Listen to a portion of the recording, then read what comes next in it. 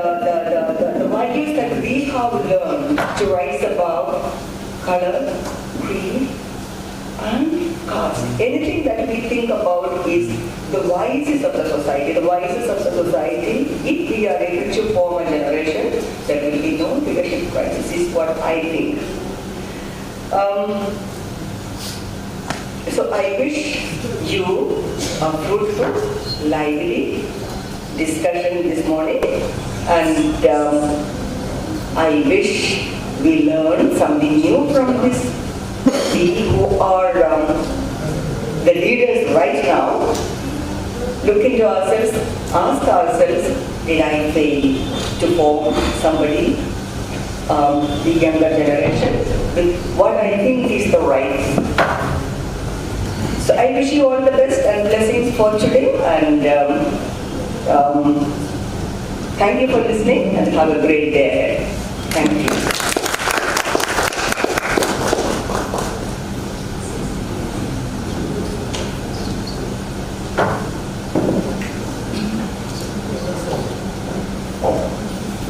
Thank you very much, sister.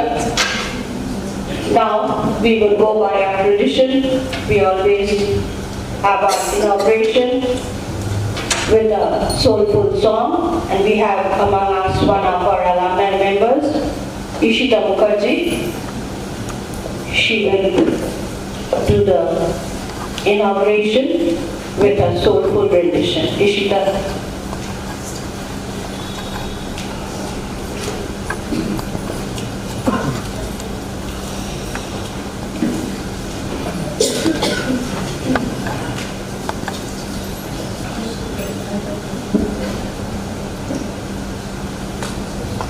Good morning, everybody. Good morning, sir. I'm here to present a short song, Porchai Puja, Upuporchai Vishwa.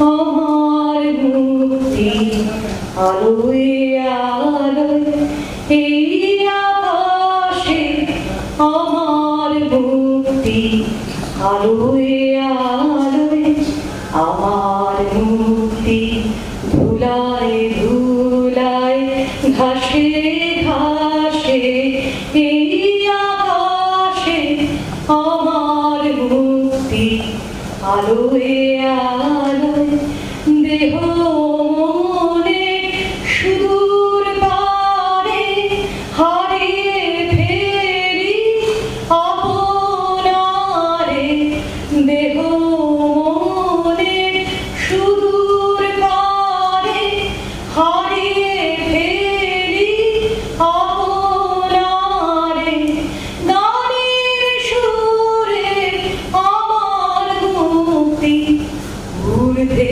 ভাসে এই আকাশে, আমার মুক্তি আলোয় আলোয়, আমার মুক্তি সর্বজনে মনের মাঝে, দুঃখ বিপদ তুচ্ছ করা কঠিন কাজে, আমার মুক্তি সর্বজনে মনের মাঝে, দুঃখ বিপদ তুচ্ছ করা কঠিন কাজে, বিশ্বধাতার যজ্ঞশালা আত্মহোমে বন্দি জ্বালা, জীবন যেন দিয়াহুতি মুক্তি আসে এই আকাশে, আমার মুক্তি আলোয় আলোয় এই আকাশে, আমার মুক্তি আলোয় আলোয়।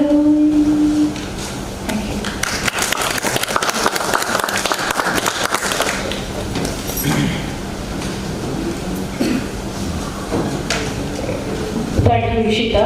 That was a very good beginning to this very important and solemn competition that we are going to have.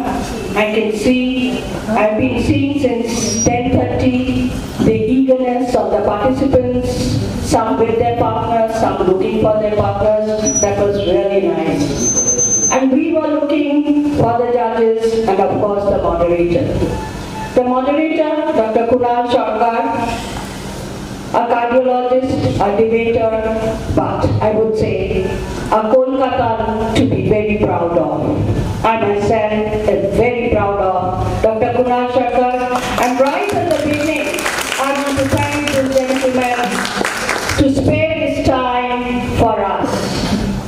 So we are now friends, Dr. Sarkar. Last year you were here, this year you are here. So you are very much part of the Queen of the Missions alumni family.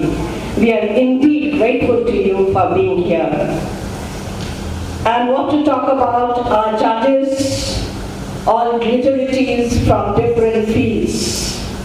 I won't take much of your time because they are so well placed, academically so rich, that probably we need to conduct 3 debates separately to introduce them. Thank you very much for being here. It would be very inspiring for our participants and above all our Alumni Association, who always looks forward to keeping in touch with people who really matter. To start with, Mrs. Nandini Ghosh. Ma'am, if you could just raise your hand, or just Mrs. Nandini Ghosh, IAS, Senior Special Secretary, Department of Urban Department and Municipal Affairs of Government of West Bengal, also including the charges of Secretary, KMDA, Program Director, West Bengal State Mission for Clean Ganga, Director, HITCO. A little bit about her travel in the academic field, a master's in economics from Calcutta University.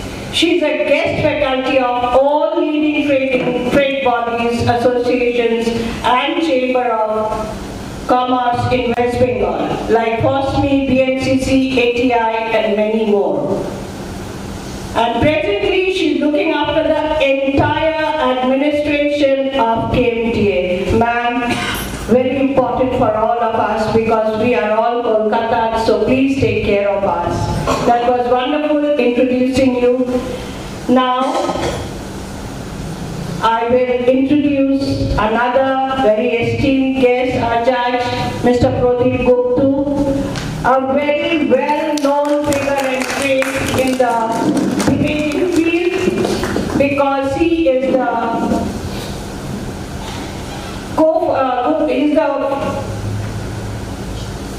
co-founder of the Bengal Initiative and is a liberal think tank. He has penned many books. He's the founder, trustee of the Calcutta Debating Circle. Sir, I'm sure all the participants are looking forward and are very interested that people like you, Dr. Sarkar from the debating world are here to inspire them.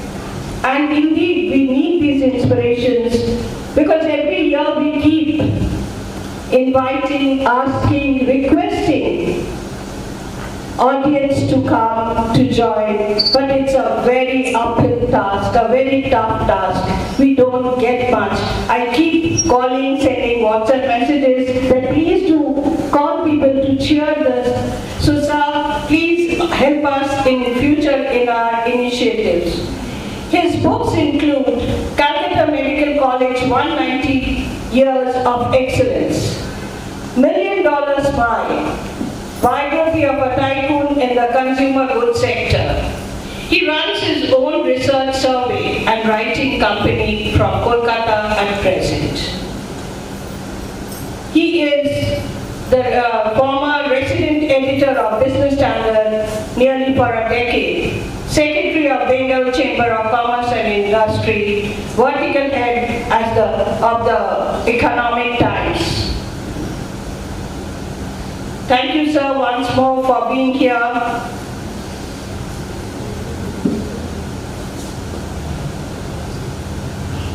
Now we come to the youngest, that's why we call you last, Dr. Tanya Chakravarti.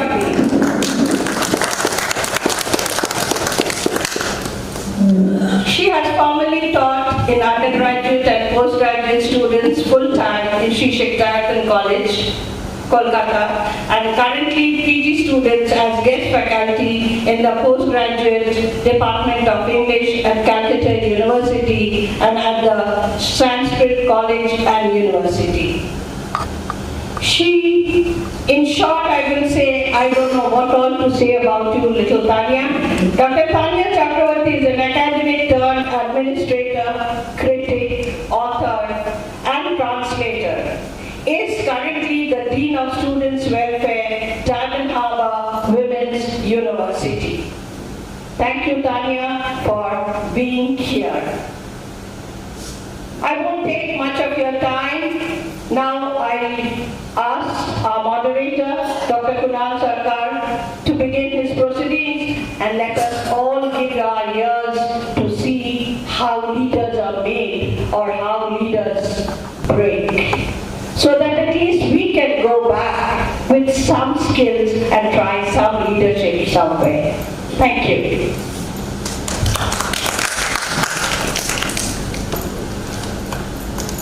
Thank you very much. Thank you once again. I am ominously regular in this institution, and at this rate I am threatened with being admitted to this institution in the very near future. I did spend the first year of my life in what was otherwise known as a domain which was very orderly guarded by the female of the species. And I do not want to repeat that experience in the twilight years once again. My apologies for bearing up with me, because on the morning when we sit to discuss the leadership crisis, somebody decided to have a crisis of blood circulation to the heart, and we had to jump in at 7:30 in the morning, and fair enough, such is our lives. You make my life very, very easy by introducing the judges, because first of all, it is extremely reassuring to know that West Bengal still has an administration. We are so overjoyed. And along with that, we are absolutely flattered to know there is a little bit of education left. And as an icing on the cake, there is somebody who is also researching in what seems to be a very profane part of civilization. So having said that, my one word is, it really breaks our heart to see in a school a debate, because you see, as far as the debating rituals are concerned, we have to invite the speakers to the podium, and when we do that, we might end up in a negative balance in the audience. So I hope not. I think we will still be in the numerical positive. So I dare to perform that ritual right now. And please, we want to see more students in this. They are the future. You don't want, time expired neurons like ourselves. The last workshop we had, we came in for 75 students, and we had 515 attending. The place where we held the workshop, 3 other halls had to be opened up, because there were students queued up in Chorangi to come up for the workshop. We are going to have an online debate in about 15 days' time. And last year we had 7,000 entries for that debate. So children are there, they are hugely interested. So let us not presume they are not interested. And next time, in the late afternoon, in the evening, do include them. They are the ones who should be debating.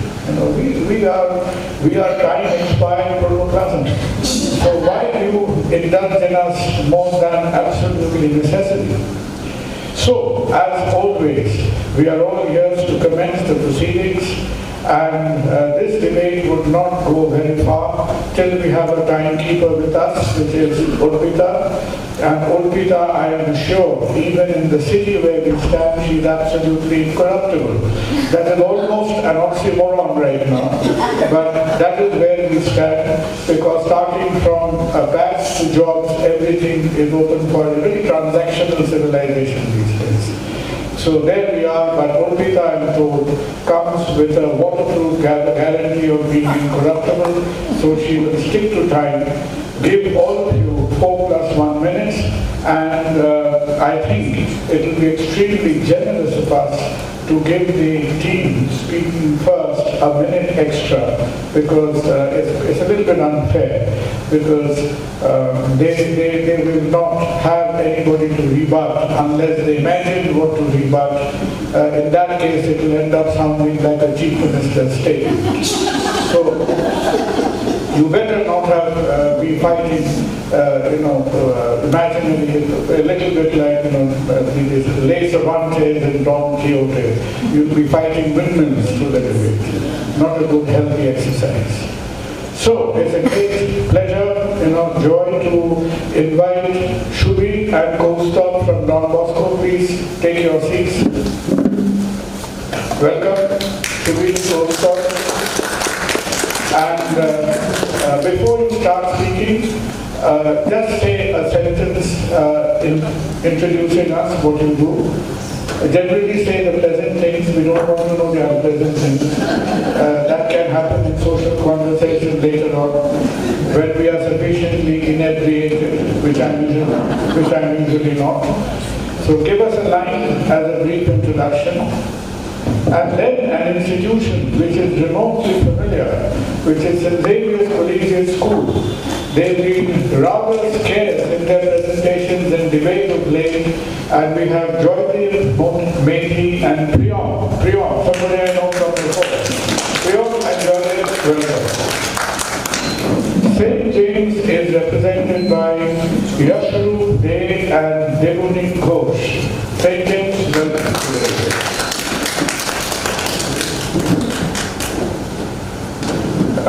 St. Joseph's Old Boys Association. How old can you be? Not much older than we are. So, Odujit Mukherjee and Sohail Jain. Please. Nabu Nalanda Alumni Association.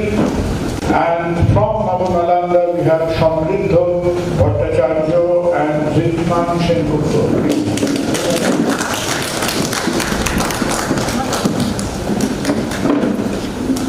Frank Anthony's Public School, Shivanjan Pal and Manav Soni. Calcutta Boys School, Dr. Vivek Majumdar. Vivek, please come on. And Oil Management.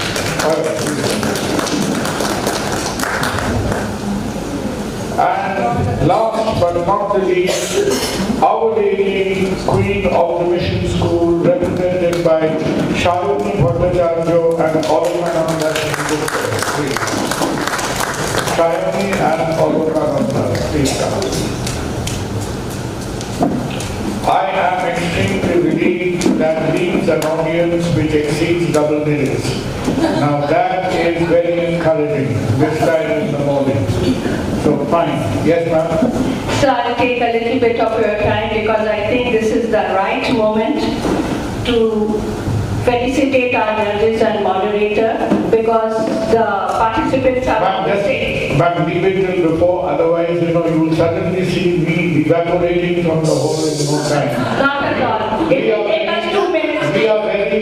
We look to be solid, but actually we are dangerous commodities. Ladies are punctual. They don't waste time. No, let us go ahead with it. But some of our judges may leave as soon as it's over. So sisters get to take 2 You always tell judges with a cup of tea and something to eat. Right now in our state, free food is never refused. Okay, as the moderator said, because he is the guardian today. Okay, thank you, sir. We are used to Lokhi Bhandar, Free food is... But we are not used to that in UMS. You speak of a different era, different civilization. Let's get on with it. We are used to handouts now. Okay, never mind. That's very generous. Thank you very much. So we begin. The Bengali has one more chromosome today. We have 44 chromosomes. The 44 is called handouts. Our genetic makeup is noted. And on that note, we start the debate. And me being generally very obedient obedient. I'm usually not as irreverential as I sound, but I just follow very methodically the order given to me. And Don Bosco is supposed to open it. Where is Don Bosco? Oh, you have an order of speaking, do you?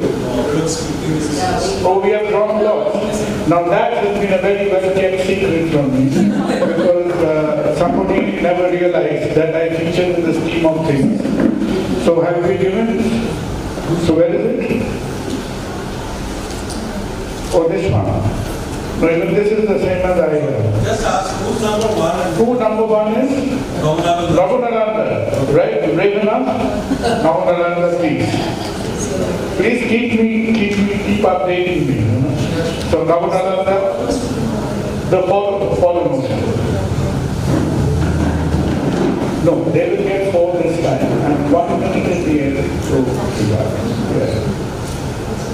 No, Raghunaranda is here. Right. So is it Samridho? Please start. You will get 1 more minute after everyone has spoken to rebut. And if you are very polite, you don't want to rebut, don't take it. Start. Morning everyone. The topic today here is that the world is suffering from the leadership crisis. My argument for this topic resonates with the idea that the significant number of global issues in multiple sectors such as politics, in society, in environment highlights that today's world leaders are ineffective and incapable to make efficient strategies. Now, I want to raise first the environmental issue. And to raise this concern, everybody here knows that climate change is one of the biggest issues that we all are facing. According to the statistics provided by the World Health Organization, the climate change will contribute 250,000 of deaths every year till 2030. Now, what our world leaders have to say about this? Let me get all of you to this point. One of the most great world leader, Donald Trump, stated back in 2017 about his desire to withdraw United States from the Paris Agreement. According to him, Paris Agreement and the involvement of the nations to such events are unnecessary and so on. Next, now Trump has become the President of the United States again, and in recent weeks, he has again highlighted this event by stating that climate change is one of the biggest scams in the world. So according to him, climate change is not an issue, it is the biggest scams, which clearly entails the ineffectiveness and lack of knowledge of the today's leaders. Now moving forward, the next issue we are going to talk about is the societal issue that involves the hunger index and also the food insecurity. Now there are some alarming statistics. For example, according to the data from UN FAO, almost 735 million of people in 2022 are facing chronic hunger. And this number back in 2015 was 418 million. And you can all see that number has doubled, almost doubled in 5 years. Oh, I'm sorry, 7 years. Next, the issue of food insecurity. The data from the World Food Program states that food insecurity issue nowadays, almost 335 million of people are facing this issue back in 2023, and it was back in 2019, the number was 135 million. So from this you can clearly see that the number has almost tripled. Now moving forward to the next context, which is the political context, we can argue that the leaders today have failed to address the political instability going on around the world. One of the prime examples is the ongoing conflict between Ukraine and Russia that has started back in 2022, and now we are in 2024, it hasn't ended. United Nations, the world's largest, one of the largest bodies, have failed to mitigate this issue and foster peace. So, by all these points, all these arguments, the political context, the environmental issue, and also the societal issue, including the food insecurity and the hunger index, we can clearly conclude that today's leaders have failed us, have failed to implement any effective strategies to address such concerns. Thank you. Comrade, thank you very much. An unconventional opening to this motion, where your primary pivotal points, you stayed away from the core, the political core, and focused on climate change and food security. So very pertinent points. The trouble is not with Donald Trump only.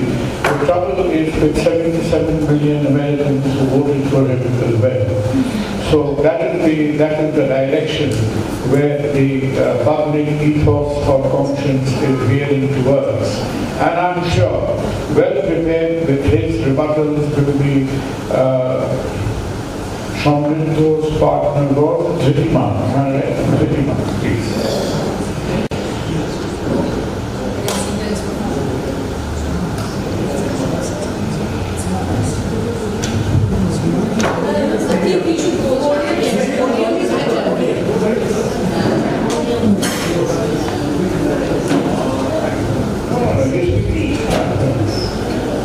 You see, the ladies want to see you as you speak. Never miss this opportunity.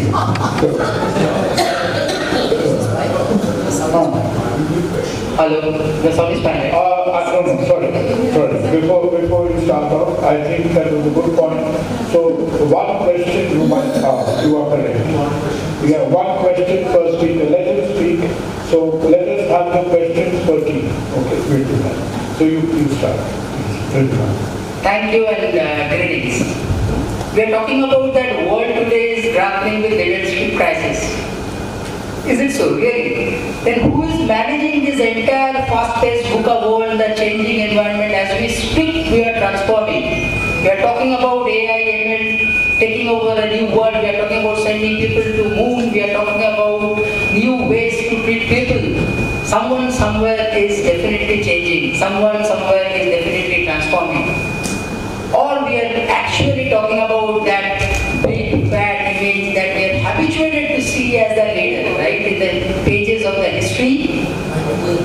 I don't want to get into a big controversy, but we Indians, we often have idol worship as a disease. We often see, like, for example, let me put Gandhiji, less controversial character. I mean, a certain leader, ChatGPT also you put, his name will come. But today we are talking about a leader in true sense must have different layers of leadership, whether it's autocratic, democratic, transformational, everything, digital. If we do criticize, which we are normally not wed to permit to do that, then probably he also would have acquired one or two more leadership skills or which would have missed, and then we would have been able to combat that situation then in a little different way. Yeah, Michaels of the world, when they wrote Ravana Ravashajja, we could see a different face of Ravan, and we also could see a different face of Ram, but we are not probably habituated to do so. Similarly, in the corporate world, if you look at, we talk about micromanagement, oh yeah, it's a big issue today. But there are set of people who are in requirement of really a day in, day out guidance to move forward. So there are nuances, there are positives and negatives in all sides. Actually, BCG and other McKinseys are talking about today that a true leader needs to have different qualities of leadership, and it is all about situational leadership, where you need to implement the style of leadership which is appropriate to that particular situation. And it is not about pace. Otherwise, so-called political parties will have a big IT cell. They will give thousands and crores to an agency to create perception and image at our cost. Yes, we don't need that. Possibly what we are seeing today, what we are experiencing today, since 9th of August, particularly 14th of August, midnight, is possibly again another renaissance in Bengal. Who is leading this? Who is the face of this movement? Lakhs and lakhs of people are on the streets. They were on the streets, still are on the streets in the protest against the chair, protest against the wrong things, with their backbone straight, under no one's leadership. That is what we call faceless leadership. That is the need of the hour. We call it as inclusive leadership. That is the need of the hour. And yes, who from this audience will tell that before this movement, someone knew Devashish Hadar? Who is he? Today he is emerging as a leader. Kunal Sarkar, yeah, is a known face, but he's still leading the movement. That's a separate story. But who knew Thomas Chaudhary, who is creating Open Manchu and giving us hope? Yes, we can find it out. Common people's leadership can find it out. I saw a man, 72 years old, on chair time and again in the streets against this, for this movement. He is a leader to be inspiring others. The woman who never came on streets before this movement, who never thought of giving slogans, came time and again, including my wife sitting here. She is a leader to be inspiring others. And so many examples. That's why we are talking about inclusive leadership. If it is a sports, if you look at a cricket, we are now not talking about one big coach, but we are talking about specialist coach giving specialisms in their own aspects. Yeah, I will not take more time. I would like to conclude here saying that we are habituated in seeing a big fat face as a leader, but the need of the hour is situational leadership. The need of the hour is someone who will have followership and will have multiple leaders. COVID particularly taught us this. We know entrepreneurship mindset has to be instilled in each one of us to drive change. That is what we need. We have to end. Thank you. Very much, very innovative point, very nice. And you just reminded me of my well-followed trip to London right now.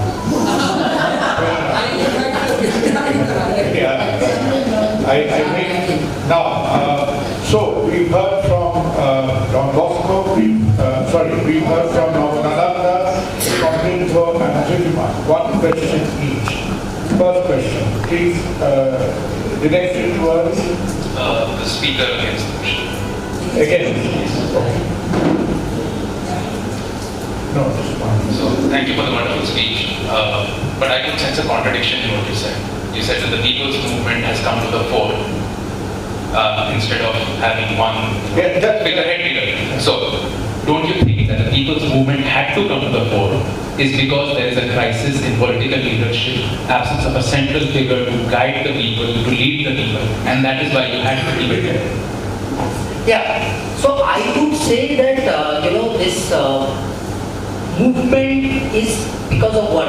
Because of the anger, because of the situation. I agree that someone from the political leader, we are mad to think like that someone from the opposition will come and lead us. But we never thought that we can lead ourselves. We never thought that the common people can lead. I remember the movie Wednesday. One Wednesday I'll wake up and I'll clean my house. I think it's a time to do that. We don't need to depend on so-called political leaders or political party drivers. Good point.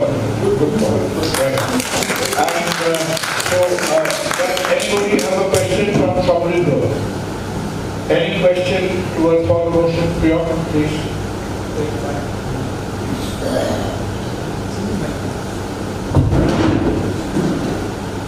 So you mentioned the climate crisis and the absence of leadership, but how much of the climate crisis do you think is a problem with systems and structures and awareness, and how much of that is a leadership problem? It felt like you were accounting all of it to leadership. See, the climate crisis, as I have presented before, that there is an estimation that 250,000 people will die every year. Now the so-called world leaders are not implementing any effective strategies. I will say that these world leaders are incompetent. Not only the world leaders, I can say about our own leaders in India. For example, let's make it brief. Sure. For example, in 2024, there were elected 543 MPs in this election. Among these 543 MPs, there are 251 MPs who are criminally accused. So, we get the point. This first time a criminally convicted person has become the President of the United States. Right? So that is the next aspiration for the Indian lawmakers. So next time somebody wearing the gallows around the neck will go on to take over. So we are getting better. We get the point. And any just one more sentence? Yeah, I have a very interesting fact regarding this. Actually, the problem is that in today's world, the people in power get in this power due to political connections and heredity. We get the point. Thank you. Thank you, Shopingo. So, Namanananda has gainfully opened the debate based up to their rebuttals, and the debate now moves on to St. Joseph's Old Boys Association, and leading the charge for the motion will be Konuji. Am I right? Sir, excuse me. Judges need 2 minutes time. That much? 1 minute time. First speaker, no, please, you do your own scoring. No, we don't need consensus, honestly speaking. This is not a joke. You do your own marking.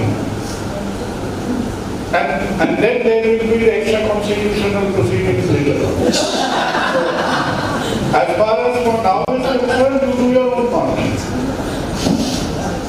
So finally we are getting 5 minutes time for our 4 plus 1 and 1 minute per question. 4 plus 1 plus 1. Yeah, when you're after question. Okay, please. How much did you do? Oh, 3 plus 1. She was giving 3 plus 1, 1 minute for the question. Please, start. Very good afternoon, very good morning to the honorable judges, the respected moderator, my fellow debaters, and the lovely audience out here. What I'm going to tell you today is that even though there is no dearth of leaders at this current point of time, there is a dearth and crisis in leadership. To understand this better, let us just understand what these two concepts are. Leadership is vast, it's a vision, and leaders are like the commanders who guide the masses towards their reason. And this is not the first time that the world is facing such a leadership crisis. And like the famous quote goes, that life is moved forward but understood backwards. So let us delve a little into our past. In the 1900s, it was said that the sun never sets in the British Empire.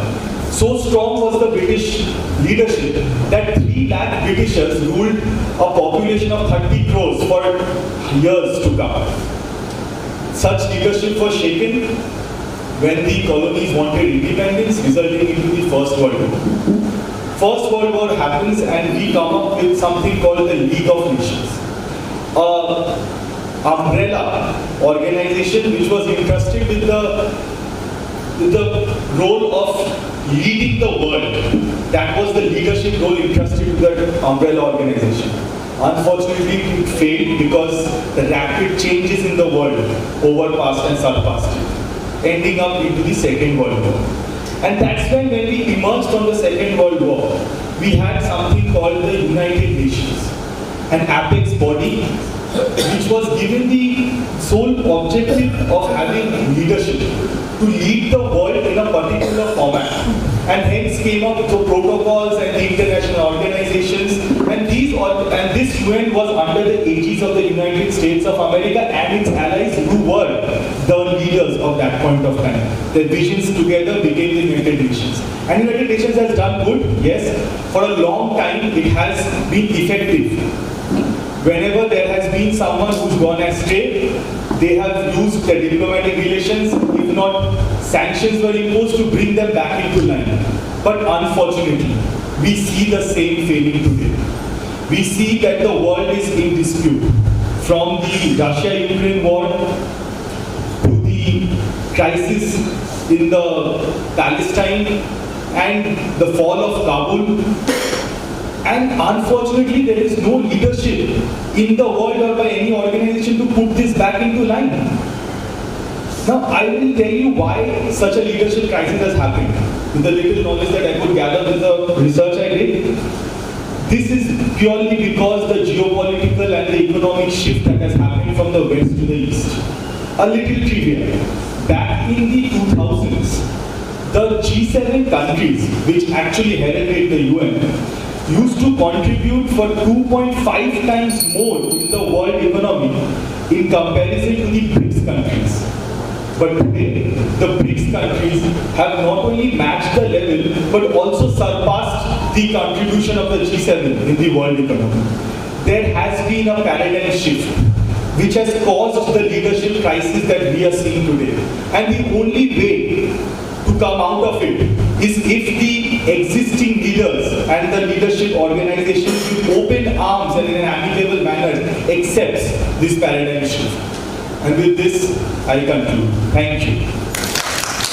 Thank you. Thank you, Anujit. It was a mixture of geopolitics and the current sort of tectonic shifts in world economy. I'm sure you will be interrogated on that. But let's hear from Shohil Jain, who's speaking against the motion. Shohil, please.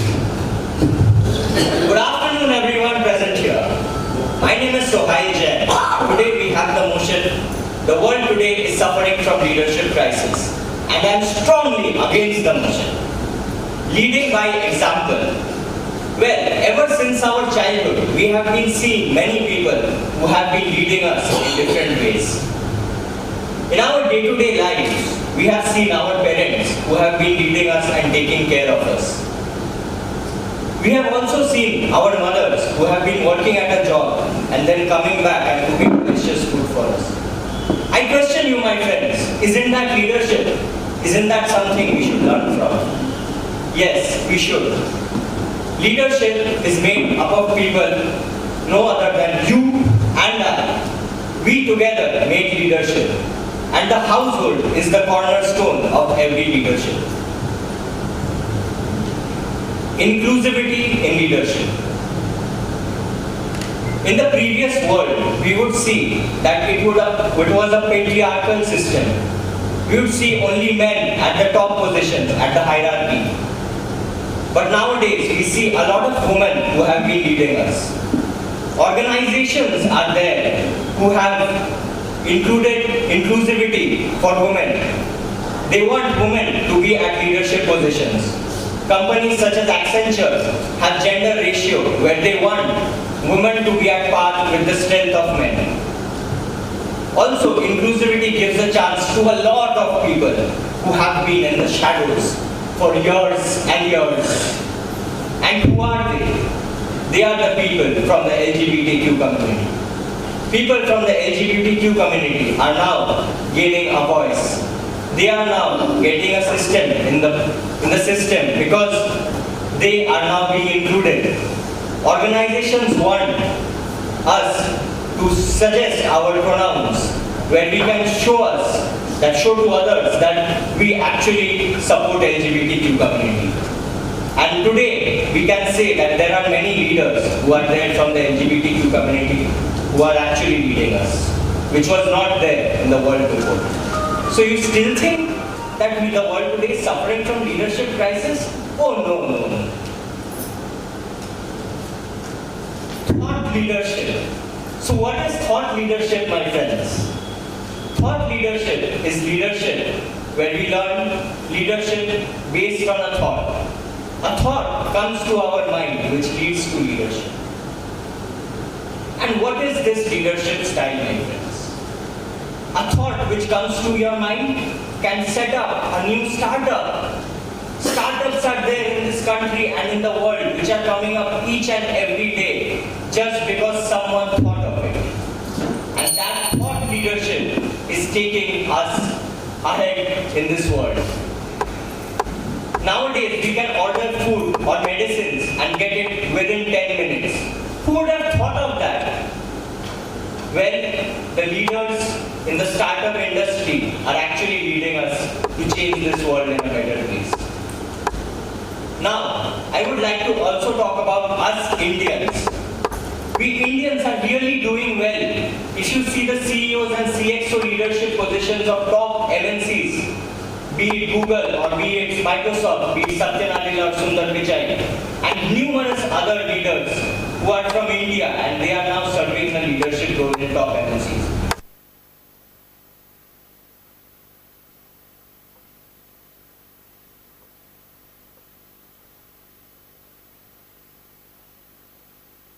Leading from example with thought leadership and with leadership inclusivity, we not only fight leadership crisis, but we also emerge as the greatest leaders.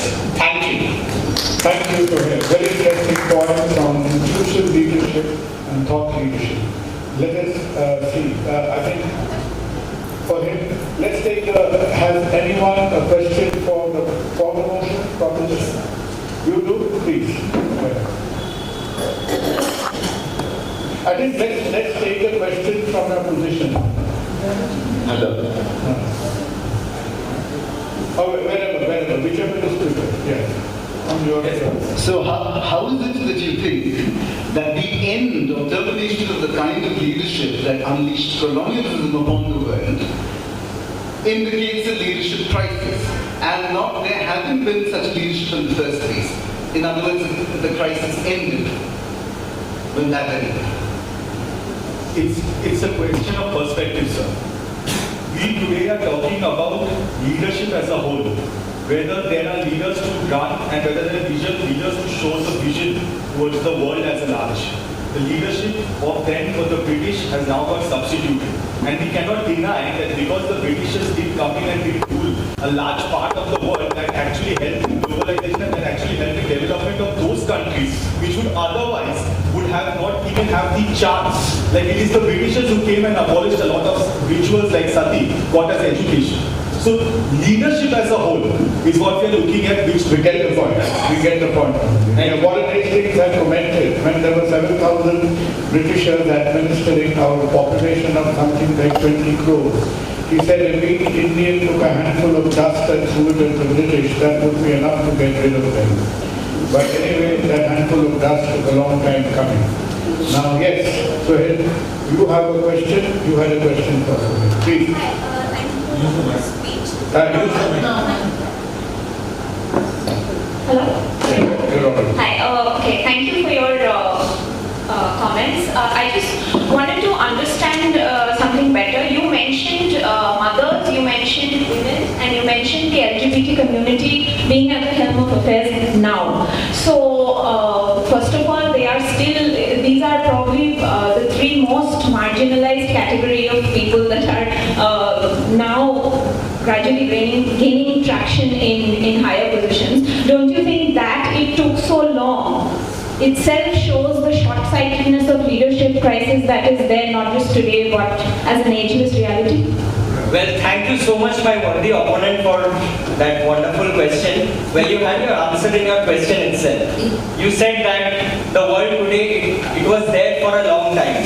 It was there for a long time, but now it is not there. So that is how I answered it. You said that it has been there for a long time, and in today's world, it is not there. So the world today is the question, is the motion. So today, we are not suffering from that. And that is why we have come a long way. Thank you. Thank you, young man. You're a good lawyer. No, we get the point. We continue. And rest assured, there is more of this to come. And having said that, I think following St. Joseph's would be Frank Anthony's. And Frank Anthony's account is being opened by Shivandra Kaur. Shivandra.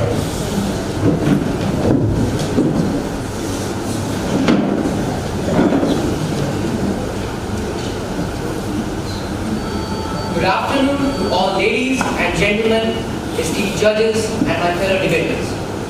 Today I am here to speak firmly for the motion that yes, the world is indeed suffering from leadership crisis. Now before I begin my speech, I want to quote Gandhiji that paths are charted by walking and not by sitting on the throne. But in today's world, the harsh reality is throne is more precious than the country. Deshbandhu Chittaranjan Das, who was an eminent barrister, had every luxury in his life. But he decided to give away his luxurious life and to serve the nation for the independence of the country, for the freedom of the country. A man, in just a blink of an eye, who can sacrifice his luxurious life just to serve the nation is called leadership. A man resigning from the Indian civil service job who secured the 4th rank at the ICS examination. This sacrifice is called leadership and which is absent in today's scenario. There is a Sanskrit verse, Janani Janma Bhumischa Shargadapi Garyashi, meaning my mother and my motherland are greater than heaven. But this seems to be vague in today's leadership scenario. Leadership exists if people have the option of not to follow. And if they still follow, this is called leadership. Otherwise, it's just power. And power can never be leadership. In today's world, the so-called leaders are just working for their own name, their own fame, and for their just own vote banks. They are not wholeheartedly working for the development of the country. Netaji Subhash Chandra Bose, he was the mayor of the Calcutta Corporation. During a sudden flood in the city and there was a drainage problem, Netaji himself went out to the street, started cleaning the drainage system. Seeing him, people followed and joined. This what makes leadership. These qualities make leadership, which is absent in today's scenario.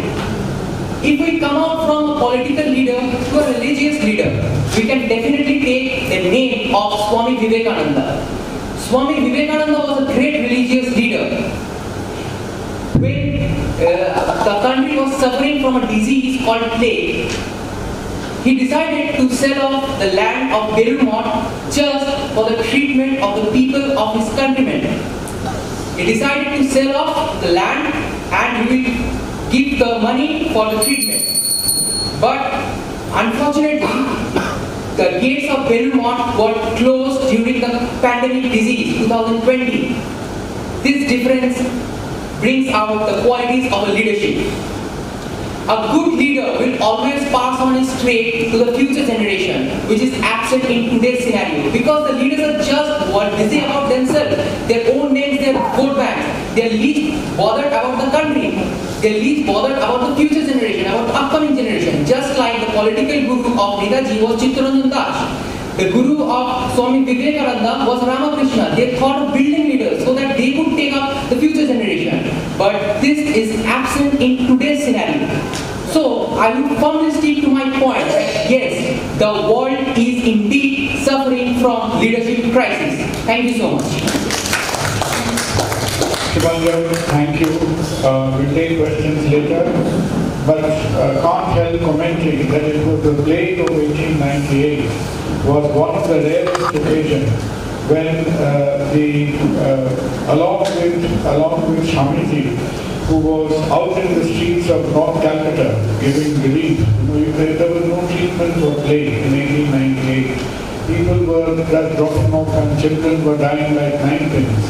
And it was Nivedita who was on the streets of North Calcutta who was nursing and looking after the dignity of the dead. And one of the rarest occasions when Rabindranath left Durashako and he joined in the public operations of the 1898 plague. And there was a certain doctor who wrote an article in the newspaper right at that age, about 500-word article, admiring the work of both Nivedita, Rabindranath and everyone in North Calcutta. And as time testifies, the name of the doctor is Radha Govinda Kaur, R.G. Kaur.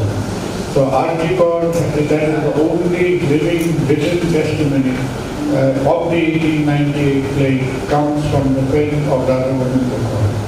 I'm really amused by the way you mentioned C.R. Das and Gandhi in the same breath.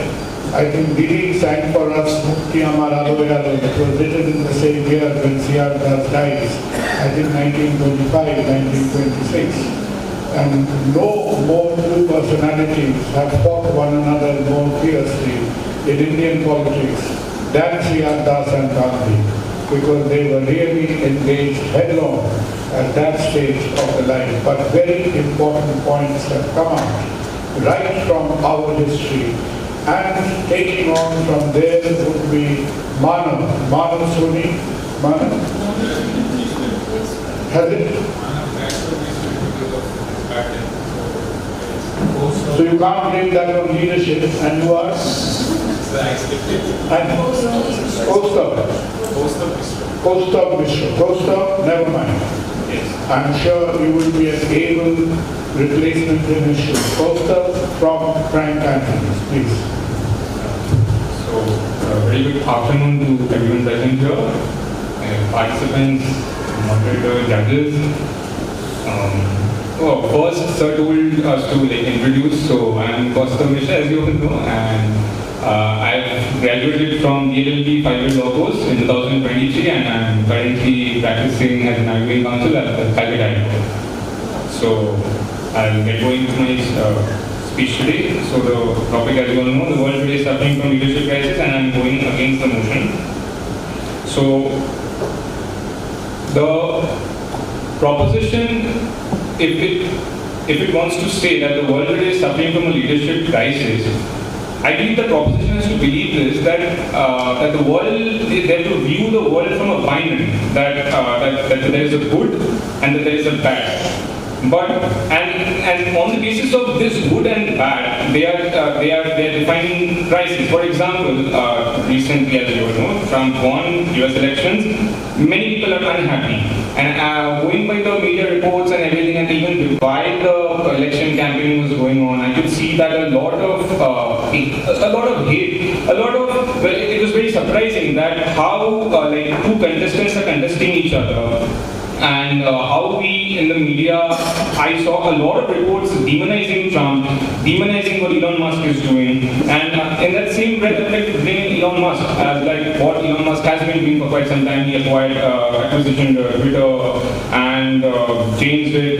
He said that speech is not being upheld there, and he has been doing a lot of things. And he stepped in at the very last moment. He had his own influence in the election, but this demonizing of one side, this is happening because we are viewing it from that perspective that Trump is bad, or it's in that breath that we get to see all these media reports,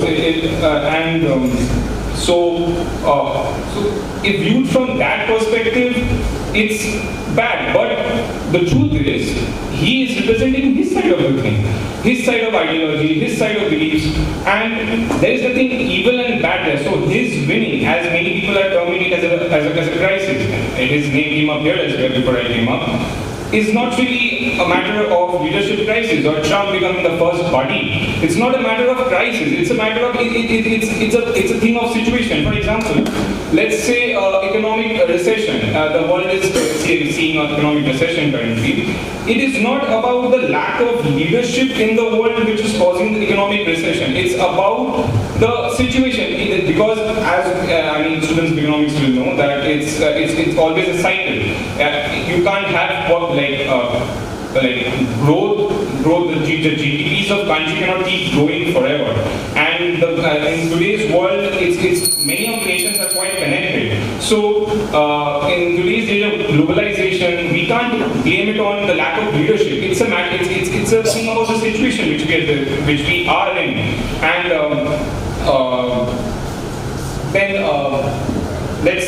we take up the example of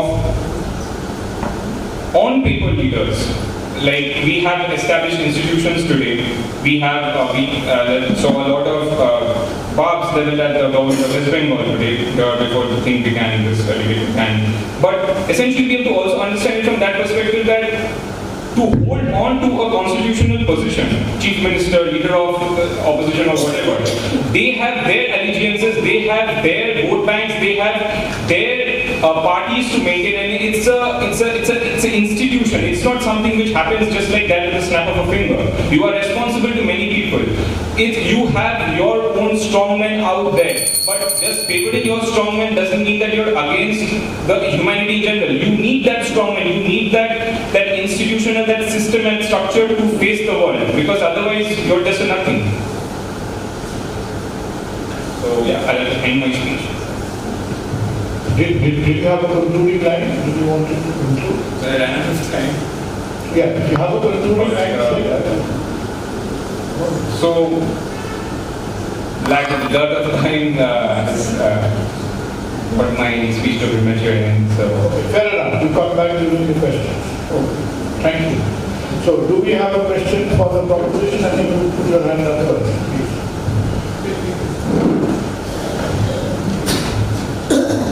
If I may, I have a question for the aides.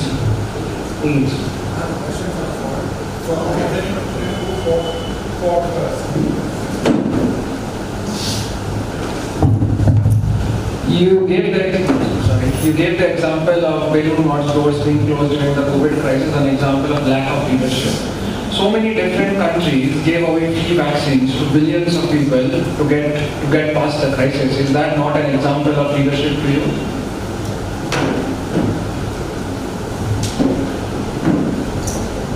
I just tried to bring out the difference that the charitable organization Balloon, which was founded by great religious leaders Swami Vivekananda.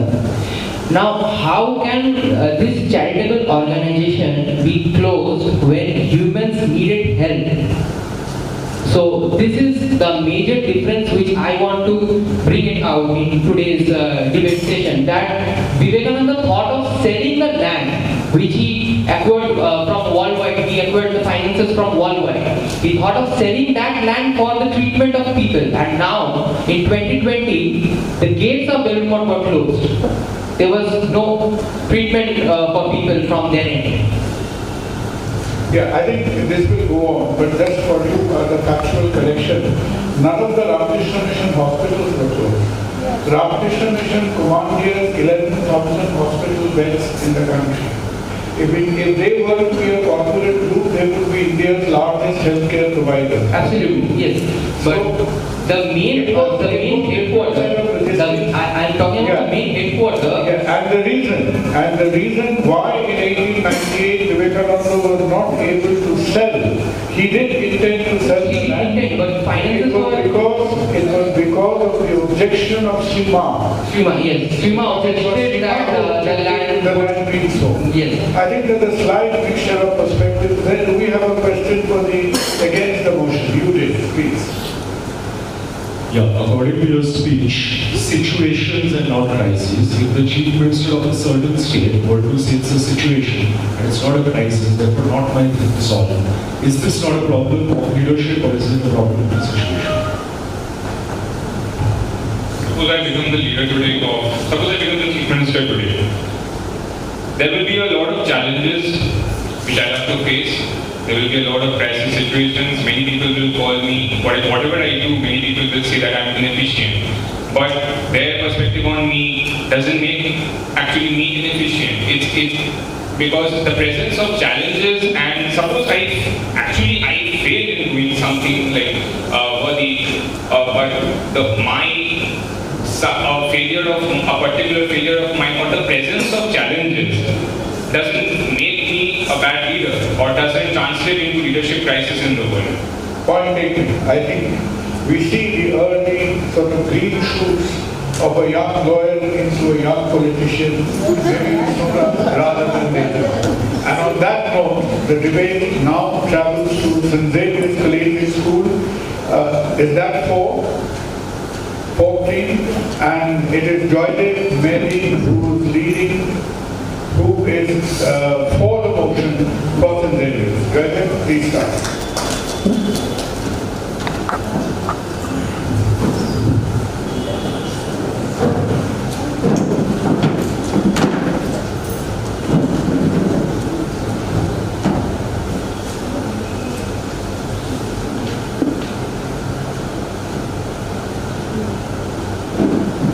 As I start this debate, I should lay down the context as to why this motion is relevant today and why we're debating it. Across all speeches today, I think we've clearly established that the world is in crisis. We have understood that there are problems that are being faced, and these problems need to be dealt with. Call it wars, call it economic crisis, call it volatility in the stock market that we've been recently experiencing, anything of that sort. So therefore, these crises need to be dealt with. And how do you deal with it? You deal it through movements, and one of our systems, like my friend Priya pointed out in the question, or you deal it through way of leadership. Now, how does leadership help, or how does change be brought? How do you solve these problems? Let's come to that first. How do you solve crisis at the start of it? You solve crisis. People in general, human beings in general, want to solve these crises. They want to move forward. Human beings want to advance and do better for themselves. So therefore, in that respect, we have movements for change. We have movements for the better. We have movements in the form of protest seeking justice. We have movements for better leaders, more representation, things of that sort. And therefore, these movements are systemized and organized through effective leadership. Now, we're speaking of RG4 quite often in this debate, and we saw a large amount of protests being brought out. There was anger in the streets, but finally this anger was systemized and structured. Finally, when representatives of the RG4 movement got for this, listed out their set of demands. When they said that the movement represents X, Y, Z, and we want these demands to be met by the administration, only then this movement saw a structure and saw certain changes being brought by the administration. So therefore, I'm trying to establish that there is a world in crisis. We as humans want change, we want development, we want betterment, and therefore leadership along with established systems is how we move for the better and how we change. Now, the only way in which I think you can effectively go against this motion is by reducing the bar to such a low standard, by saying that, our family or parents are leaders, or saying that, we still have leadership for women in the 21st century when a country like United States of America can't select even a single female president to date. So therefore that stands to, it's a great testimony of the fact that we don't have effective leadership. We have this standard has to be very extremely low, and for us to say that our parents are our leaders, our teachers are our leaders, for us to say that we have effective leadership. So therefore I think it's a cop-out when you're trying to argue that there is effective leadership in the country. You're nothing but putting, I think the speaker for St. Joseph's pointed out these points, saying that there's effective LGBTQ leadership, there's effective women representation. I think this is just acting like an ostrich. You're just hiding your head underneath the sand and just believing that the world outside is all great and we have effective leaders. So therefore, I'd like to point out a few effective points that I'd say that are relevant and I want to address as to why we are in fact in a crisis. We are in a crisis because situation in the society today is not favorable for effective leaders to come up. We have attacks on leaders when they come up. If you make a simple Twitter post arguing your particular point, you are threatened with possible state action. So therefore, people do not come up, do not express their points of view. We don't have effective leaders coming up with actions from the ED and various state administrative bodies which take proper action when any sort of dissent, any sort of leadership comes up. Then these leaders, which they call themselves, they have their self-interest at heart. I don't know why this point has been brought up, because a particular leader wants they want to stay in power themselves. They don't want, which we've seen over time and again, they want their own relatives to be the next in line, which we've seen quite often. We don't see actual people like unemployment, job creation. I work in Calcutta High Court, so I see teachers' employment and teachers' posts, which is a recurring problem from going on from 2014, which still hasn't been solved. So therefore, real issues of unemployment, real issues of hunger not being solved, and therefore for these reasons, I'm very proud to stand for the motion and I conclude my speech. Thank you so much. Thank you. Important point, but I think Priya might have some points of disagreement. Like Priya, your turn now. Thanks. And we take the question.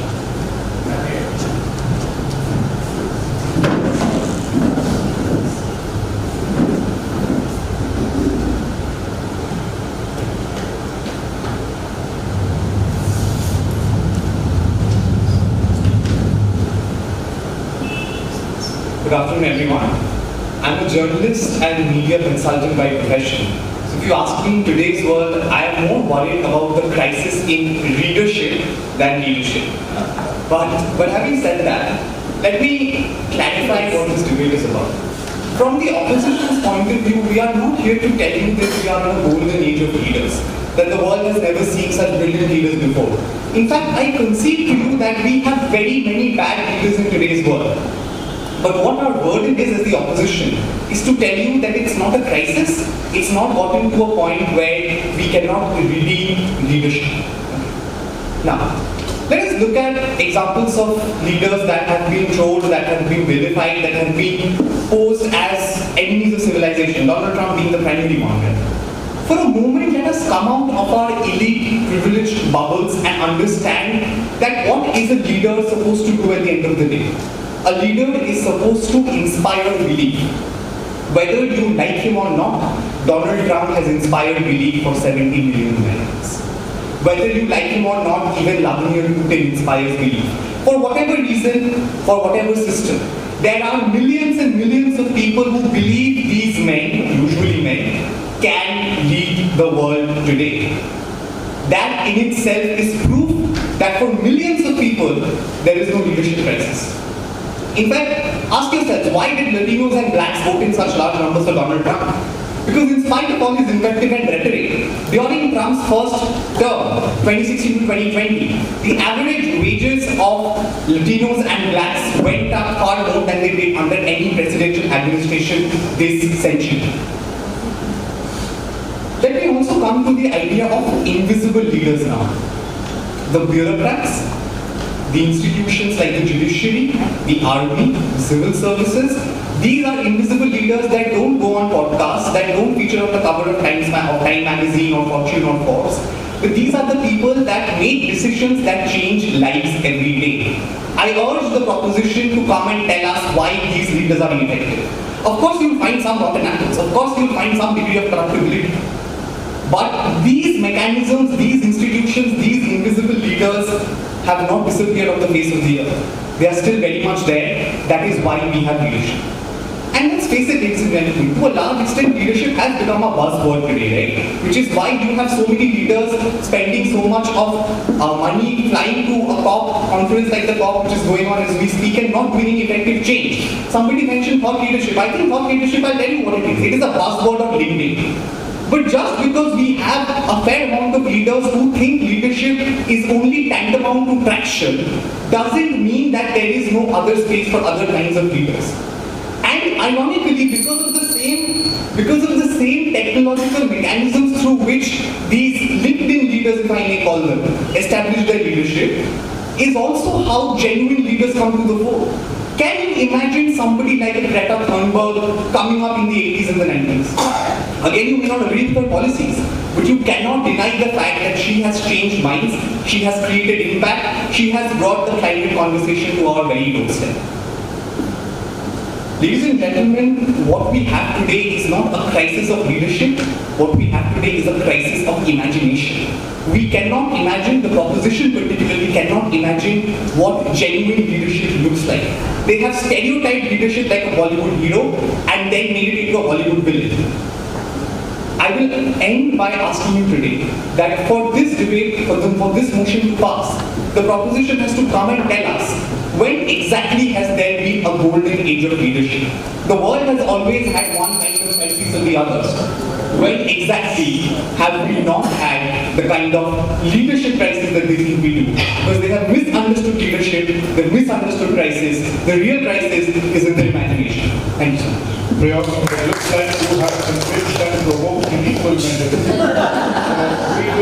We will take the question from the proposition first. Proposition.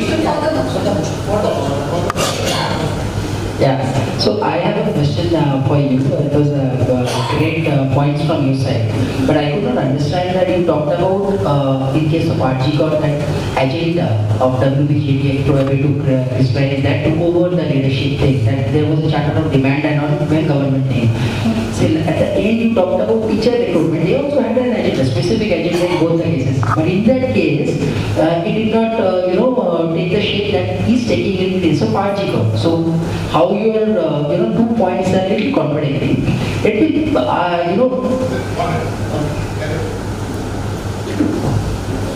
With regard to the RG Court protest, I think the example was clear when it said that effective leadership was required in that movement to list out a set of demands.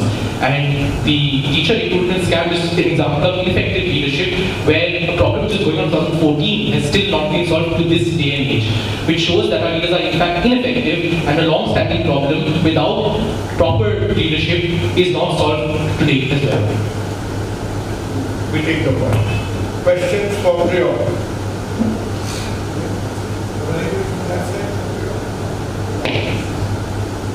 Yeah, I have a question for the audience. You said that Donald Trump has enforced this belief that belief among his people, among his supporters. So I have this question. I am overlooking the environmental policies of the Trump. I am just stating that Trump has started trade war with China. So these perceptions, these perspective of Trump to think only about himself, about American first policy, will this bring any fruitful result, any positive outcome? I think it's too early to say Trump's second term could be a positive outcome. All I'm trying to say is, let's not insult the common person of different democracies, of different countries that choose to believe in particular leaders. We are not here to prove that Donald Trump is a saint or a sinner. That is not the point of the debate. The point of the debate is to say that there are leaders, irrespective of what model relativism you impose on them, there are leaders who inspire belief. And as long as there are sufficient leaders who inspire belief across the world, including fortunately or unfortunately Donald Trump, this motion cannot possibly stand. That is the answer. Priya, thank you. And I think, just to clarify, you see the 76 million who voted for Trump represents that 50% which did not prosper during the US economic growth. So I think that has to be realized, because the 2%, 2.5% US economic bonanza and the stock NASDAQ bonanza does not carry the entire population with them. I think that is probably something that Democrats fail to see. But the debate is getting more and more interesting and engaging. And after St. Xavier, we call Calcutta Boys School with Vivek Majumdar. Vivek, please. Thank you, esteemed guests and speakers and moderator. I wish to say that leadership crisis or crisis in leadership, it comes to the same thing. Now, the thing is that I put first empathy, minimum honesty. And that is the first thing that a leader should have, so that they don't make a leadership crisis. Okay? Clearly, the leaders over here, the crisis is because they want to deliver immediate results without looking at the long-term benefits of the world and the viability and the long-term fruits. I think that is the most important thing. Failing economies, inability to decisive action on issues, major global concerns, refusing to take personal responsibility for failing actions and their other actions. This again comes to empathy and the honesty, the minimum thing that is required. That is minimum level. And that comes to lack of integrity. And lastly, the brutal dictatorial styles of leadership that you try to prove. So these things are very personal. So leaders, whom do I call a leader? A leader has to meditate. Not spiritually or any other word, but he has to meditate on his own subject, on his work. And that doesn't take more than 10 minutes a day. That's what is given in the books. And the other thing is that This gives a very effective way of working, like not stopping seeing emails, okay, and or restricting meetings. That sometimes confuses the leaders also. So there is a crisis, leadership crisis, because of these things. The focus comes outcomes instead of causes. The leader always focus on causes or, but if they're honest and they will focus on the outcomes of his actions. They believe in the organization. Maybe you should believe in the organization. They feel they have to have move above their egos. Otherwise they won't be able to. A leader is called a leader when he can produce many leaders. And lack of awareness and mental activity. Anyway, this is very important as far as a leader goes. And the last thing is that leaders should be made by leaders. This responsibility leaders are not taking. That's why there is a crisis in the leadership or the leadership crisis, whatever it is. So that responsibility is never taken. Before you become a leader, success is all about not growing yourself, but when you become a leader, success is all about growing others. So this kind of leadership we need to get. So there is a crisis that is. Thank you, Dr. Municipal. After a long time, we've heard empathy, we've heard honesty, and I'm sure these two qualities often discussed, seldom seen, will be very, very short. And you are followed by, you've got a laptop that is wild, right? You're not depending on AI, are you? Because in debates we are not supposed to be artificially intelligent. We are supposed to be naturally stupid. Sir, I opt for natural stupidity. Right. Thank you. So we are all reassured. Thank you. Sir, can you please lower down the we can't see. Okay. Is it better? No, it's not. Yes. Can I stand this side? No, that side. That side? That is, yes. Better? Thank you, sir. So, ladies and gentlemen, eminent members of the jury, my very learned friends on both sides of this debate, and our moderator, Dr. Kunal Sarkar, sir. I'm Oil Banerjee. I'm from CBS, Calcutta School. I'm here to speak against the motion, which is the world today is suffering from leadership crisis.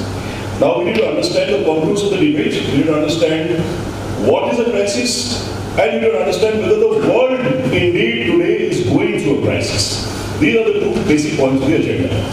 Now all the work that we do today, consulting with corporate houses in India and outside, tells us that the world economy of 200 nations is $105 trillion, growing at 4%. Now that is roughly $4 trillion of GDP created every year, which is adding labor, adding human resource, adding infrastructure.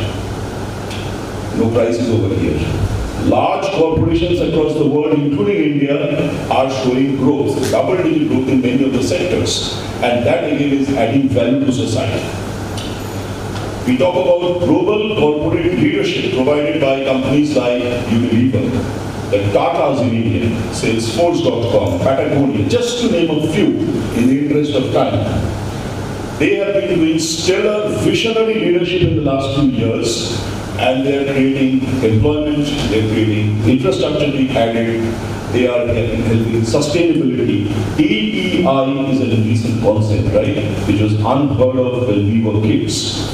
Again, there is no crisis. When we talk of technological innovation, there is the generative AI in the last few years, which is impacting lives, millions and billions of people across the world, making life so easy and agile. right? When you think of the very unfortunate COVID-19 in the last few years, very unfortunate, a lot of lives lost. But this is definitely not the biggest crisis. If you look at history, you will find even before the birth of Jesus Christ, there were much bigger pandemics, much more lives were lost. And when we think of COVID-19, ladies and gentlemen, the stellar role played by pharma companies, India and outside, have helped save much more lives. So again, where is the crisis? I'm looking for, with a lantern, like Socrates, on the roads and streets of ancient Greece. Political leadership. Over the last 2 years, we see Nordic countries raising the bar as far as leadership is concerned. When we look at Latin America, we see finally many of these countries coming out and getting into democratic governance. And how could we forget, when we discuss about pandemic, the stellar role played by the leader from New Zealand, Jacinda Ardern, right? When she created that tremendous amount of leadership in terms of saving lives. And of course, the list runs more. There are many, many more examples that world facts have shown us. Let us understand, how does the crisis help in the world? Every time there is a crisis, be it a pandemic or be it, let's say, the post-World War II, we find tremendous amount of infrastructure investment happening and helping people save. So if you look at the plains of Africa and see the gazelle running so beautifully, or the cheetah in hot pursuit, why are they in ship shape? They are there because there's a crisis of survival which is hunting them, haunting them.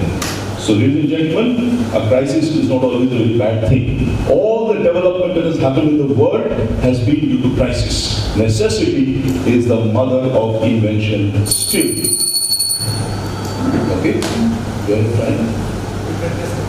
Sure. So in conclusion, ladies and gentlemen, the Chinese, there are 8,000 characters in Mandarin language. They have a character for every word, but they use only one word to signify a crisis as well as an opportunity, and that is Wei Ji. Wei means crisis, Ji means an opportunity, because in ancient Chinese philosophy they believed that inside every crisis there is an opportunity to move forward.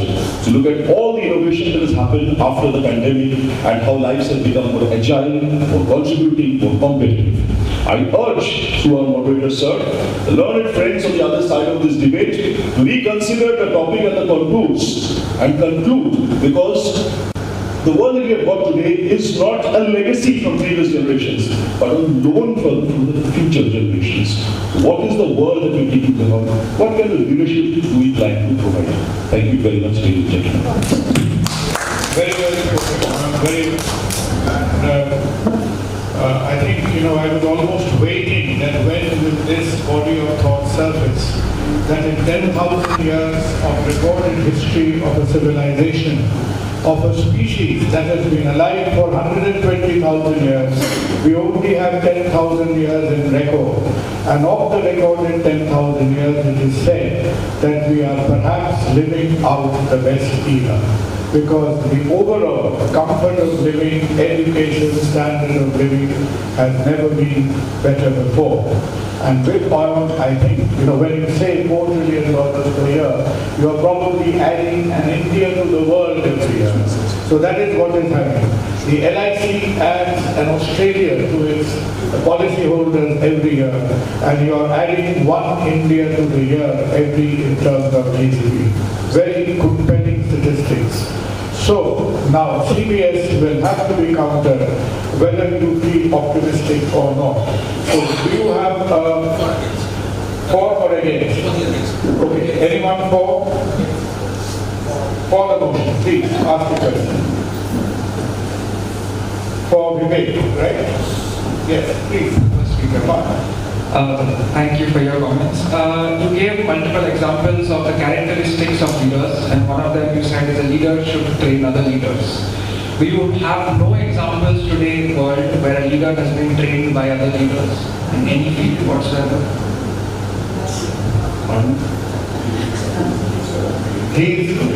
No, you don't have to train. Right? A leader has to create an ecosystem with an atmosphere where he can see then other leaders are coming on. No one makes a leader. But that environment, a leader should provide to the people so that new leaders come. I think that's what we call enabling environment. Yeah, I think that's the point well made. Question, however, please. My question is to the speaker speaking against the motion. You mentioned the generosity of big pharma in dealing with COVID crisis.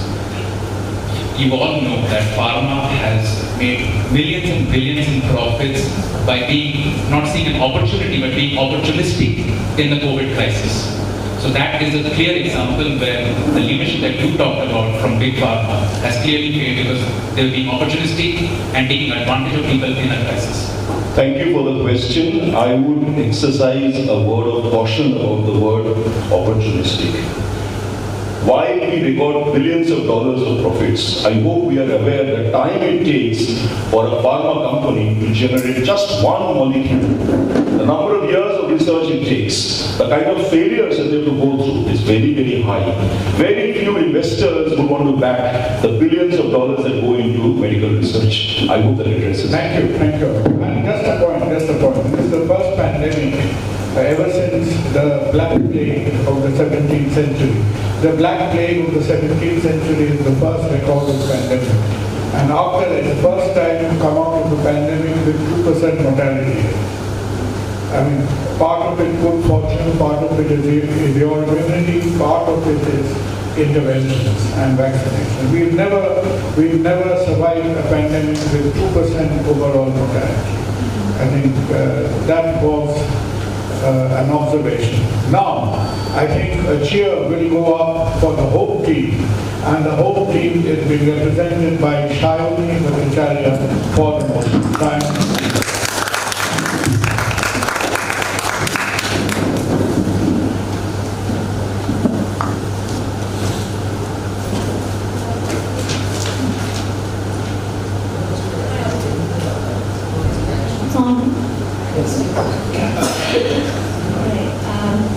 Good afternoon to the esteemed audience, panelists and moderators, sir. The world is suffering from a crisis of leadership and I will be speaking for the motion. In the animal kingdom, usually the biggest or the strongest animal assumes the lead role. And unlike US presidential preferences, matriarchal societies like elephants and orcas consider the eldest female as in charge. Stickleback fish, however, choose the best looking fish as their leader. Now, how do we humans choose our leader?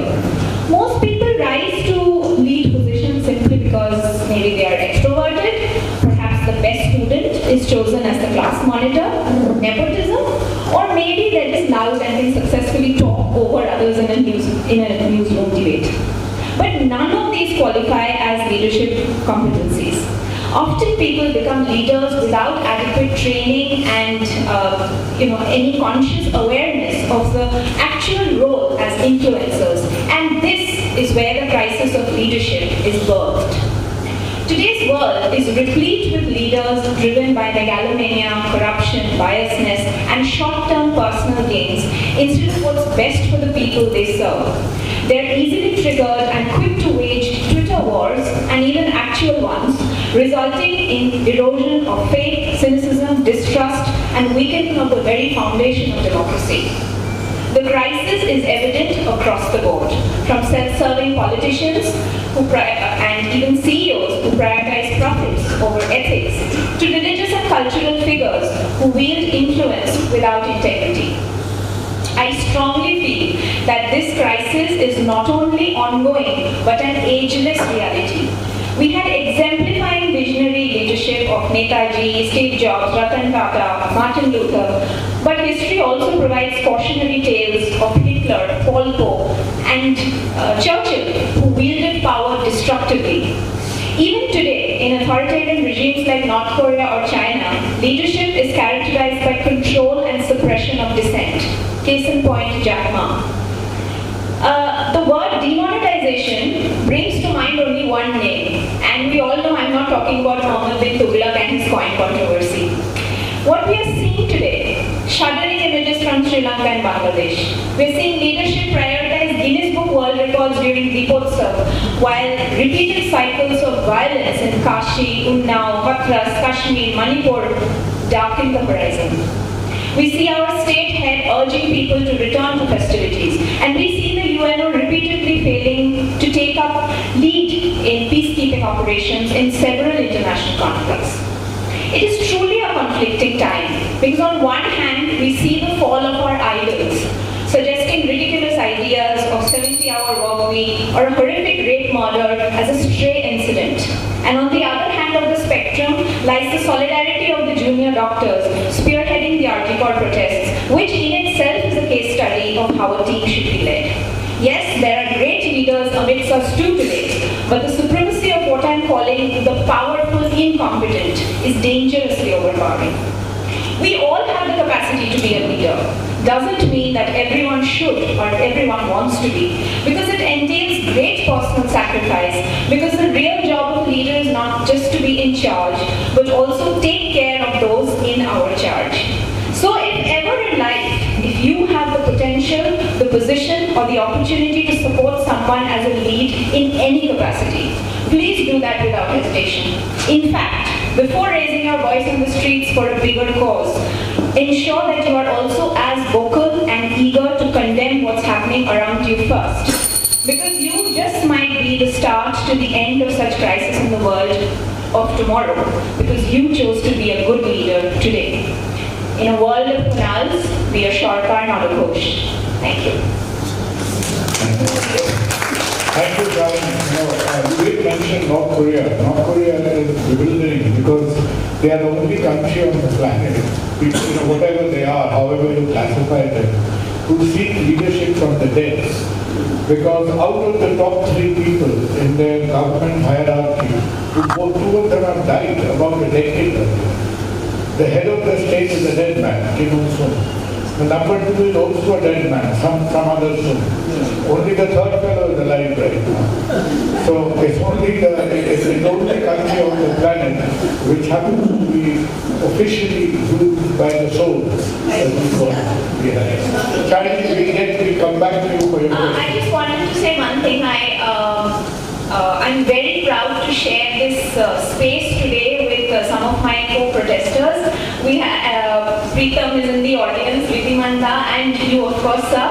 So I hope we get a fruitful end to what we have been raising our voice against. And thank you for giving me a here. We hope so.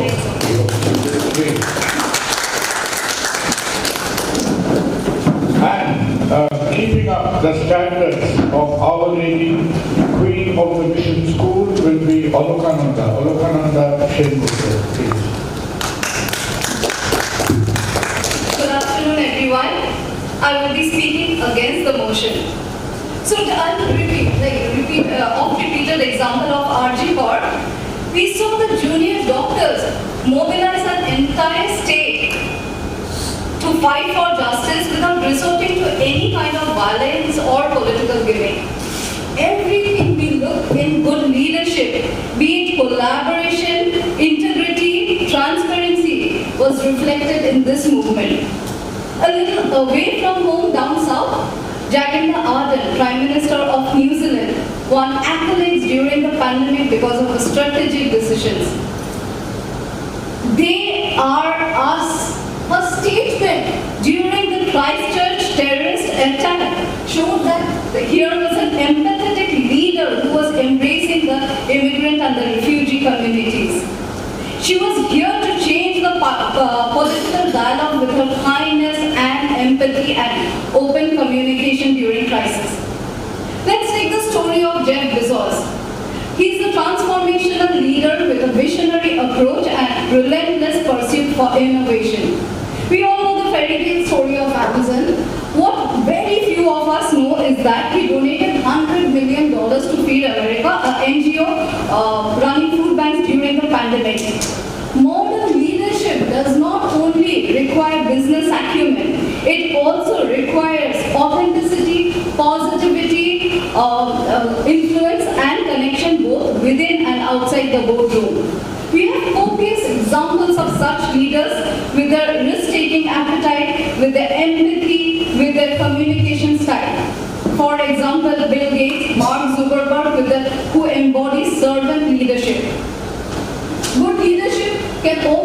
a good leader can be also as young as a 15-year-old Greta Thunberg, who was a climate change campaigner and was able to influence an entire generation towards this cause.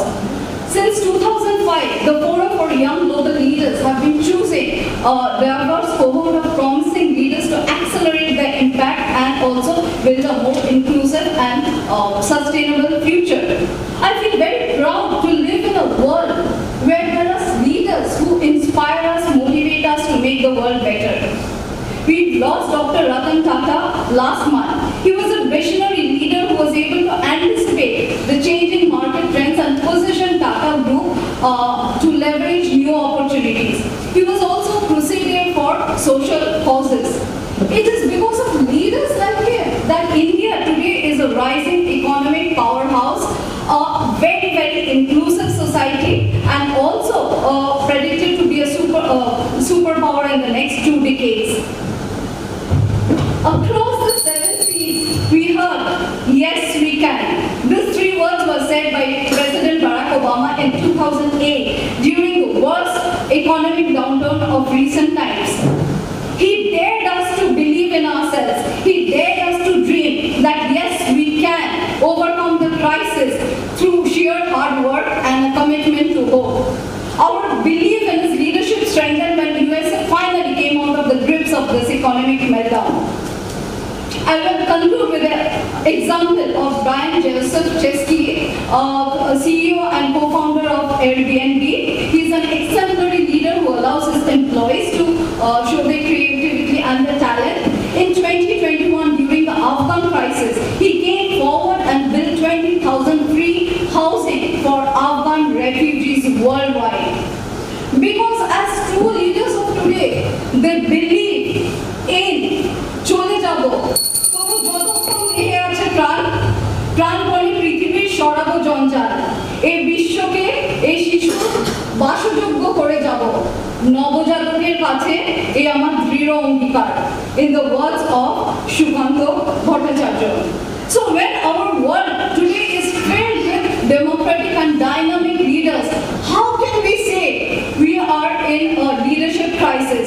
And let's focus on all the Kunal Sarkars and not only on Kunal Ghosh. Thank you.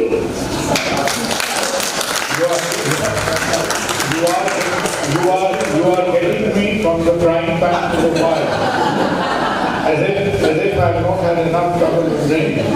But you know, when you celebrated so many inspiring leaders, I think one of the most under-mentioned leaders of modern India is perhaps Nandini Ghosh. Yes, because if India is on the way to the technology revolution, we owe a huge debt of credit to this one man, and he's still at it. The best thing for us is he's still at it. And we had 2 very power-packed speeches from the Queen of Mission, and the debate goes on to the second last team for this afternoon right now, which is Don Bosco, being represented by Shudhi Chakraborty. Sorry, my questions. For the proposition, anybody questioning Shani?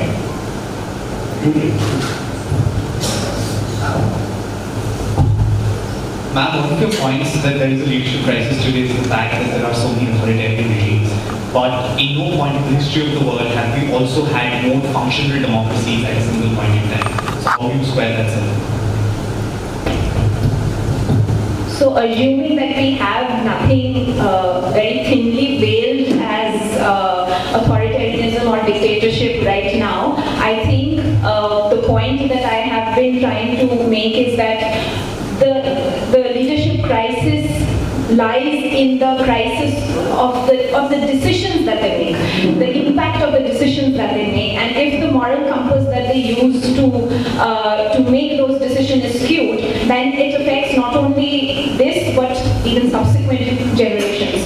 So I feel that whether it is an authoritarian or a democratic setup, weak leadership not only contributes but it is exacerbating the existing problems and the global crisis that we have, which becomes difficult to solve because of the decisions taken by the people spearheading it. You have made your point. Any questions?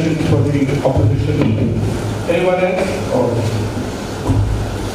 You mentioned multiple examples to say that multiple leaders to say that we don't have leadership crisis today. My question to you is that what do you answer to a young voter in Bengal who asks you before going for the next chief minister election is that what if not Mamata Banerjee then?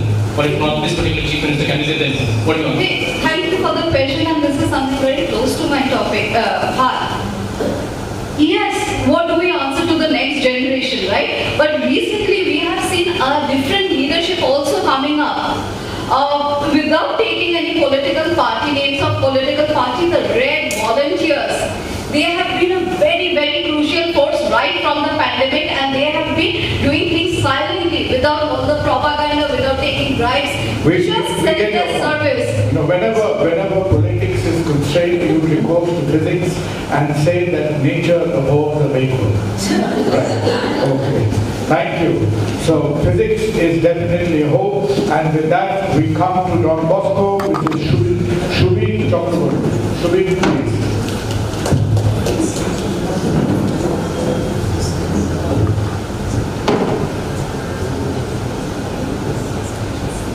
This has been a pretty heavy debate so far. So let's start with the futures. The mission for United Nations: promote international peace, security, and cooperation. United Nations Security Council: maintain international peace and security. UNHCR: protect and support refugees. European Union: promote peace, prosperity, and unity among European nations. IMF and World Bank: strengthen global financial stability and reduce poverty. And finally, WHO: direct international health efforts and promote global health security. How are we doing on those fronts? Today, what I've heard from all the speakers of proposition and opposition, I can classify them into two buckets. But before that, something is in order. Nobody defined what leadership is. And leadership, if you go by the common definition, is the ability to inspire, influence, and guide people towards a common goal. And usually, we admit that goal has to be for the greater good, for development, peace, freedom, and prosperity. None of the leaders that the opposition has spoken about will leave behind a legacy because they do not have a common purpose, a long-term vision for their efforts that they are doing in the world today. Now, let me summarize, being the seventh speaker, 17 actually, let me summarize what side the opposition has tried to do today. They have tried to bucket their arguments under three broad categories. Number one, depend on history. When has there not been a leadership crisis? Which means they are admitting they are in a leadership crisis today, but they are going back into history to say, when has there not been one? We can talk about the missing leaders of Mahatma Gandhi, Martin Luther King, Nelson Mandela, and they will bring up Hitler, Stalin, Pol Pot, and more. We can talk about the crisis in Afghanistan, Israel, Palestine, Ukraine, Russia, and they will talk about what about the world wars? What about Vietnam? What about Afghanistan? This will never end. You will never win an argument based on examples alone. So that's the first category. The second category is they will say, and this is what the team sitting next to us said, yes, there are nationalist leaders, but they are actually good leaders. We are misunderstanding them. They are misunderstood. They are nice people, you see. Whether the names of Trump, Putin, Modi, Kim Jong-un, Xi Jinping will come up, and they have been at the forefront of bringing divisive politics wherever they've gone. They have put the world on the brink of the Third World War, and nuclear war is just a bad decision for it. And yet, they will try to convince you that these people are really nice. We are just misunderstanding them. That's the second line of argument. The third line of argument that they brought out, they will diversify the definition. No, we are not talking about political leadership alone. We are talking about corporate leadership. We are talking about technology leadership. For technology, while the jury is still out on the Elon Musk and the Sam Altmans of the world, we can admit one thing. Technology has not brought about world peace. And it has only exacerbated the nature of warfare and made it more dangerous. And when talking about the corporates, don't let me get started. The Amazons, the Teslas, the Metas, the Googles of the world are hated, but they are exploiting the labor and the resources of the countries where they are based in, and these countries depend on them for survival. So they have no other option but to obey them. And if you talk about banks, somebody said the financial crisis comes in peaks and troughs. What about the man-made crisis of 2008, where the JP Morgan Chase, the Lehman Brothers, the Citigroup, the Bank of America created the biggest global meltdown, financial meltdown in our recent history. And my favorites, let me read out these names. BlackRock, George Soros, Rothschilds, Alumni family, the Koch brothers, Ambanis and Adanis, the real kingmakers in the world today. This is exhausting. What I'll try to do in the next 30 seconds is summarize the side propositions argument, and we say this. Why is there a leadership crisis today? Number one, there is no organization at the global level which can bring consensus and peace among the nations. That's number one. Number two, the leaders that they quoted indulge in political and divisive rhetoric, bringing obedience, control and power to themselves and not for the development of the people. That's number two. Number three, they depend on short-term goals in the next election to power without a long-term clear strategy. Number three. Number four, they have lost trust and credibility because they lack integrity, they lack humility, they lack transparency. And they come to power through sheer nepotism and corruption and lack of accountability. And they keep coming to power because we choose leaders like this, because we want those short-term gains. And finally, the most important point for me, the difference between competence and power. We reward power when we see it, but we do not reward competence. People like Kim Jong-un, Donald Trump are coming to power because our market rewards those kind of rhetoric. So, the answer to that, somebody probably said religious leadership, I don't agree. It's spiritual leadership. Look within me. Go back to the words of the great man from this country itself, Swami Vivekananda or Swami V for the Generation Z. Go and find solace and peace in the world, because if you are a better person, you will elect a better leader. The change starts with you. Thank you. As a skeptic once said, thank you, we come back to your questions, that the world is not governed by the rulers who rule, but by the goods you buy. And that will determine what the next century perhaps is all about. And following, we have Coast-Talk, please. Thank you. Hi, everyone. The world today is suffering from leadership crisis. To refute this statement, I will take a tripartite approach. For there to be a leadership crisis, there must either be one, a crisis in the quantity of leaders, two, a crisis in the quality of leadership. I will prove that there is neither. I will also prove that what is being misconstrued by the treasury benches to be a crisis in the world today is not only not a crisis to my previous point, but is also not something unique to the world today. It has and will continue to be the status quo of our society since time immemorial. I begin by prefacing my point of view with the definition of what it means to lead. I'm going away from the management jargon, the personal beliefs, and the hyperbole surrounding the term. I go with the dictionary definition. To provide direction to a group is to lead. Someone who does it is a leader, and the act of doing it is leadership. There is no notion of left, right, wrong baked into the definition. Neither does any specific realm of life have a stake in where there can be leaders. Leaders can be everywhere in the world. But are there less leaders in the world today than ever before? Well, facts indicate we have more countries today than ever before in the history of the world, and hence more cities, more towns, more districts, more states, more provinces, more local bodies, national bodies, international agencies, 1,200 new ones getting added every year. We have more intergovernmental organizations, more sports teams, more political parties, more academic institutions. We have more companies with more than 150 million just added in the turn of the century. And all of these are led by more people, by more leaders. Very clearly, we don't have a crisis of quantity. But perhaps we have a crisis of quality. I could stand here and give examples from any realm. Technology, politics, anywhere. My esteemed member of the proposition benches talked about leaders creating ecosystems. We have seen Bill Gates create a technology ecosystem, which has given us so many different leaders in the technology space. But I pick the realm of sports, especially cricket, a game where the leader, the captain of the team, has a very important strategic role. And I give the example of Australia, a team which has dominated cricket for the better part of half a century. If the quality of leadership has indeed fallen to a point of crisis today, then Pat Cummins, the current Test captain of Australia, should have a far poorer record than the vaunted leaders of Australia's past, like the Alan Borders, the Chappell brothers, the Lowrys, the Simpsons, the Bennons. This is not the case. The data backs Cummins. He's one of Australia's most successful captains in all formats. His record is much better than the names mentioned, and he's well regarded not just by the data, but his peers and the cricket fraternity. He was voted Wisden's Cricketer of the Year in 2023. So there is no problem of quality either. But what about the Trumps of the world, the Modis, the Mamata Banerjees, the Macrons, the Trudeaus, the Abiy Ahmeds? Yes, they are all polarized dehumanizing figures. They're all wanted leaders according to their followers and wanted criminals according to the rest. But this is not an artifact of the present. This is the truth in all of human history.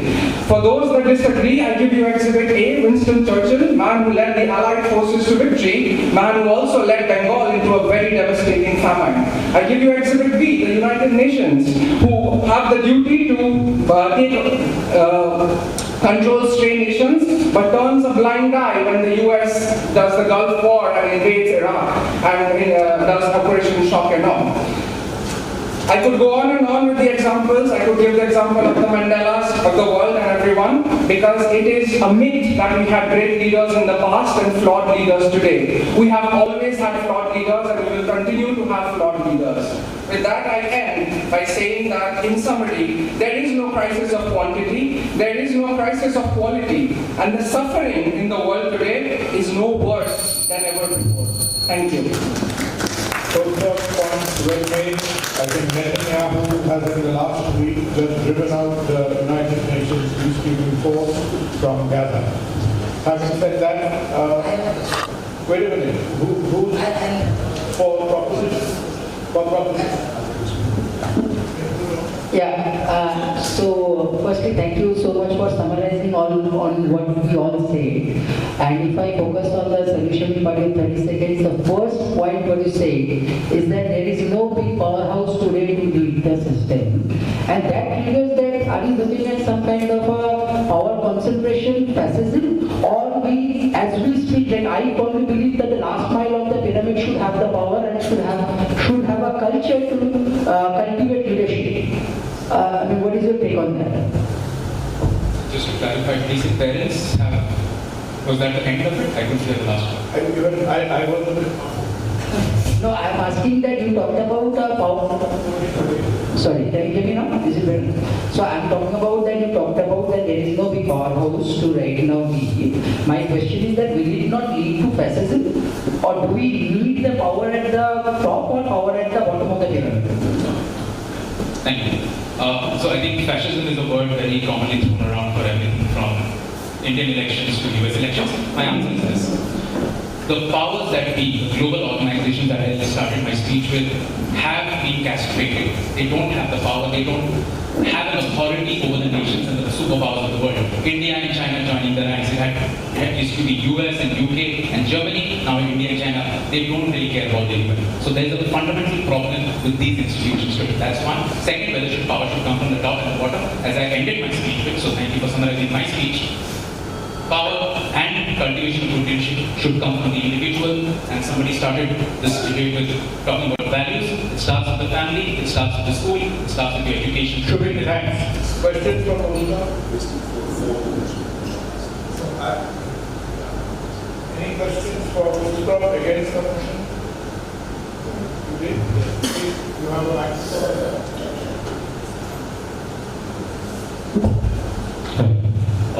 Just by defining or narrowing it down to the idea that there are a lot of leaders, therefore, on average, leadership must be good.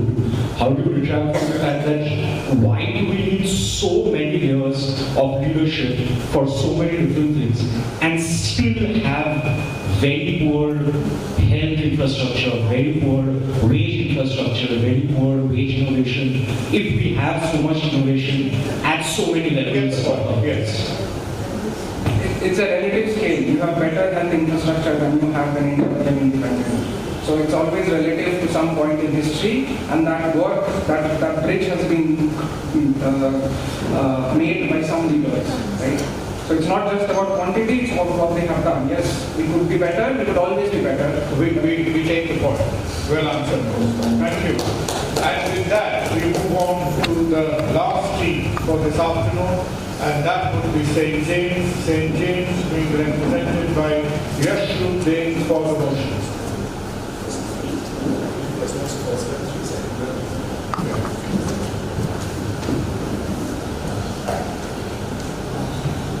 Just give me a second.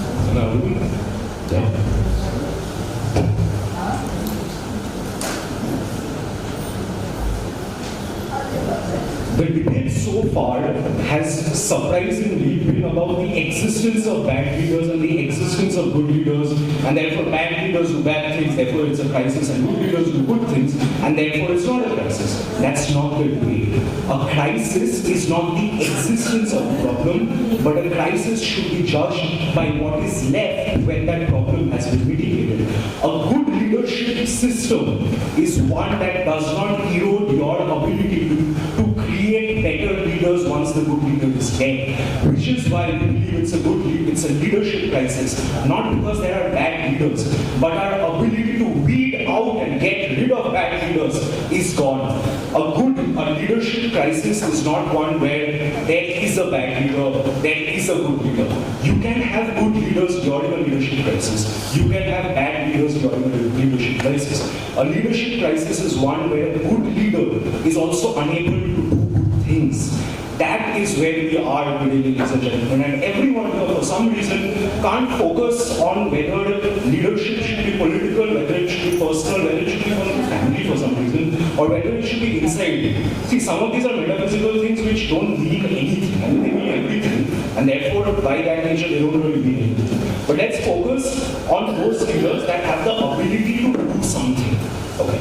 Here, let's get the financial ways out of the way first. Someone comes and talks about Jeff Bezos being a great leader and donating $100 million to charity, and this is a good idea of leadership and all that, right? No, it's not. Because in a world where we have the political systems that we do, a billionaire donating 100 million is considered a win, but the leaders not being able to enact a wealth or an inheritance tax on these billionaires, which without us depending on their charity would be able to generate more money, is not considered a crisis. That is a leadership crisis, because you have one leader running willy-nilly with their money and doing like little acts of charity and us feeling warm and fuzzy over it. But we are not able to really arrest these large outflows of capital. Someone comes and talks about how pharmaceutical industries are doing a great job because they're innovating so much. Sure, they are. But pharmaceutical industries are not an example of good leadership. Why? Because in a world where pharma industries are innovating so much, there is no politics over the price of insulin in the United States, because there has not been a good leader, they have not been able to control it. Let's look closer back home. Right? We have elections. We live in this golden age of information. Everyone knows everything at all times. Right? At that same time, a COVID-19 crisis or something is handled by bank thalis outside your window. Right? We have very recently, I think we had this whole cleanup of the hawker drive and everything in West Bengal, and everyone was like, yeah, everything's been clean and whatever. The hawkers are back, but a small change after the hawkers came back. Someone's face was plastered on that tarpaulin sheet behind these hawkers. This is what I mean when we say it's a crisis of leadership. Leaders today are leaving behind uncritical populations which do not know how to question. How are leaders formed? Look, hard times create good leaders. Good leaders manage hard times. Good leaders and hard times end. Good times start, complacent leaders emerge. Complacent leaders create uncritical idiots.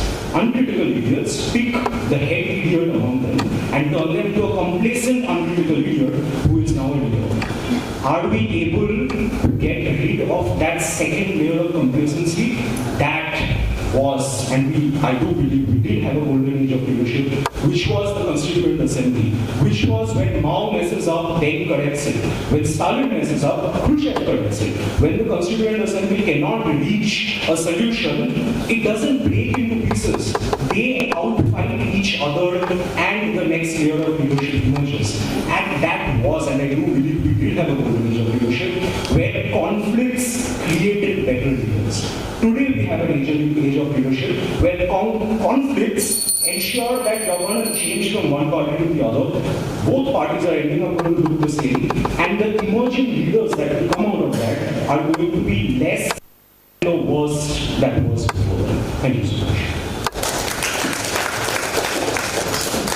Thank you, Yashuk, and let's hear what in opposition debating has got.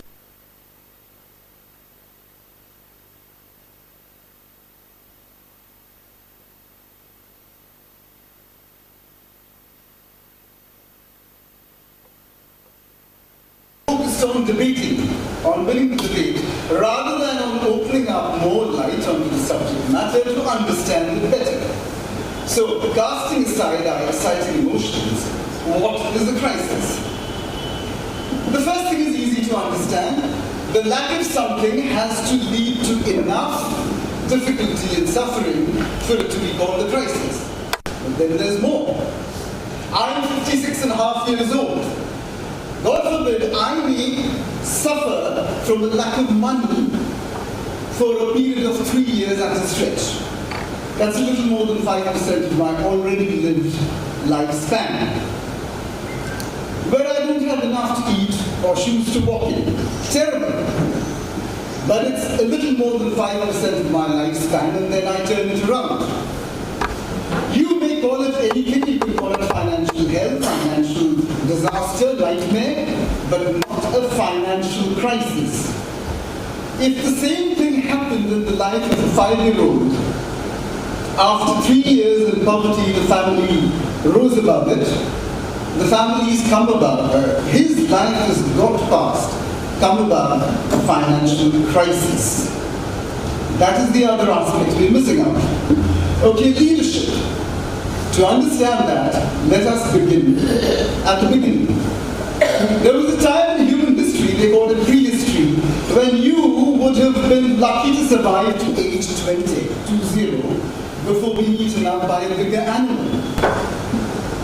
People didn't live alone, they didn't dare to, they lived in tribes, moving towards fresh food to gather, fresh food to hunt.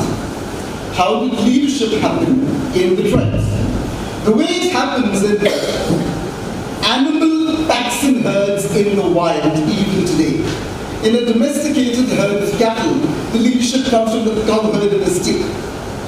In a pack of wild monkeys, the biggest and burliest, strongest animal in the pack is leader. Leadership is attained, retained, and exercised by dint of muscle power. Another animal may challenge the leadership position. There is a bloody, brutal, cruel fight, and usually results in one of them dying a cruel death. You can imagine what kind of leadership it is. That was what happened in human tribes in prehistoric times. Margaret Mead, arguably the greatest anthropologist yet born, was asked when civilization began. And she said, when I saw the first fossilized evidence of a broken femur bone, thigh bone, that had healed, I saw the first evidence of civilization. People always had the ability to help a brother. You know, in those days, if your thigh bone broke, there was not one chance in a million that you would live long enough for it to heal. You couldn't move an inch towards water or food, and you were a sitting duck for predators. That changed because leadership in society changed. Now, problems have always been there, but I'm not an expert in anthropology. How long did the old Stone Age last? How long did the new one last? And so on. Safely, pre-healed femur bone alpha male leadership lasted for anything between 30,000 to over 1 lakh years. Got to the industrial revolution. We should be living in heaven on earth now, but no. It also invented urban slums, exploitation of labor, a lot of things, including it actually fueled colonial ambitions and made that succeed. But a couple of 100 years from then, we had labor laws, we had overtime, we had funds in various countries like the Provident Fund in India or 402 in America. Things turned around. Remember the 3 years in my life versus the other one. Cut to education and the family. My father, when he was young, had this problem. His friends had a problem. He wanted to marry somebody, and the parents said, and the parents said nothing to him. When I was young, I had a different problem. My father said, you are so lazy that with full permission from me, you don't even want to chase a girl. Instantly, names of school. When I was there, I was brutally assaulted by teachers. They actually drew blood. You do that today, this teacher will be in jail. So if we remove noisy emotions, we will see that the sun of the post-leadership crisis age is rising. There's a lot of darkness still around. The sun is rising in the sky, and the darkness is getting dispelled. Now, I plan to conclude here. Do I have a few seconds, because a wonderful gentleman put some thoughts in my mind. You have only a few, yes. Okay, so people have been talking about spirituality and meditation as a quality in leadership, so rightly so. I'm a pranic healer and Arahatic yogi. Today, for the first time ever in history, things like Kundalini Yoga are given to ordinary daily souls like me. They were kept away from us for initiates, advanced adults, for safety reasons. Today, the world is awash with Reiki healers. One more thing. Anyone can come to me after the debate. In 30 seconds, I'll show you that you too can meditate. Thanks to Jose Silva. Thank you so much. We will. Thank you so much. And with that, I think we will have questions. Any questions for the proposition? For St. James, please. Please let him have access to the mic. Could we have the organizers? How do you propose the conclusion? Yes, please ask the questions. You can ask the house. You will be there. Can I just have a word with you, please, if I could? Yes, you carry on with the question. In your speech, you talked about pharmaceutical companies not being a good example of leadership. I mean, I don't understand how it is not a good example of leadership if it has an elaborate, structured, efficient organization. This question is to who? Oh, proposition. And it can affect the lives of millions of people effectively. How is it not an example of good leadership? And in today's day and age, we face that competition in everything. So how is it not a good example of leadership to also face that competition and win and affect the lives of people? A pharmaceutical company with the best research, best doctors, best scientists creating the best medicines is embedded in bad leadership, which ensures all these lists of pests are so costly that maybe just the steward of people who need them will get them. Pharmaceutical companies doing great is not a leadership, it is an innovation. Them not making a difference is a political leadership crisis. Thank you. We get the answer. Thank you. That was the point made. And a question for the opposition, for Devani. Anybody has a question for him? I think you convinced us all. Thank you.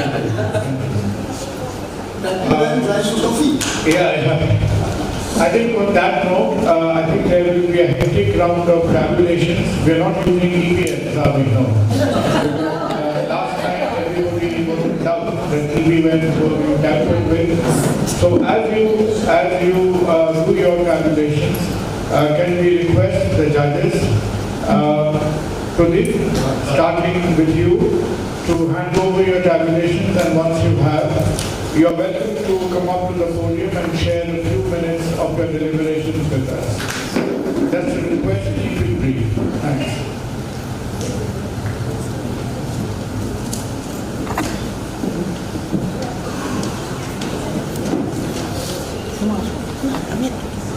Thank you, the Alumni Association, for inviting us and for organizing a debate on a motion that's really thought-provoking. As in any debate, there are two sides to it. One is the anecdotal part, of which we have had an overdose.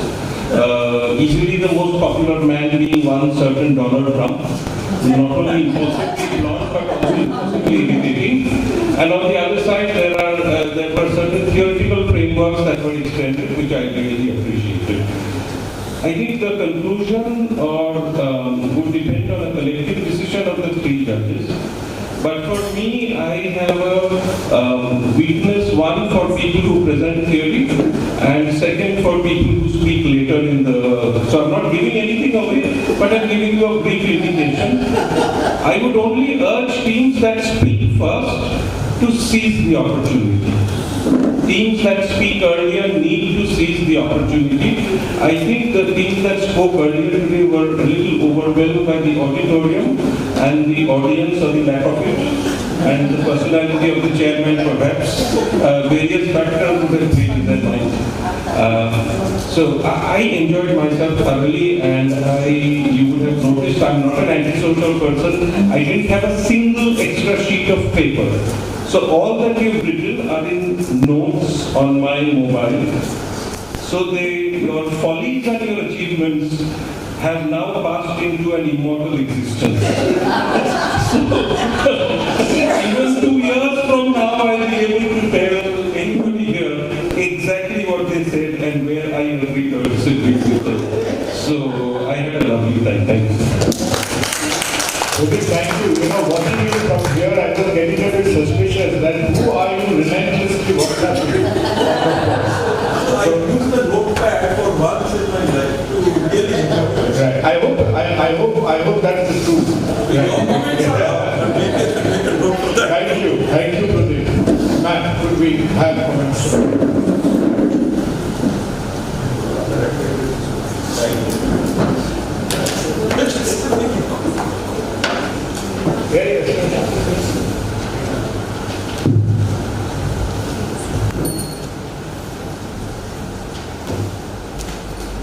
Thank you, Mr. Moderator.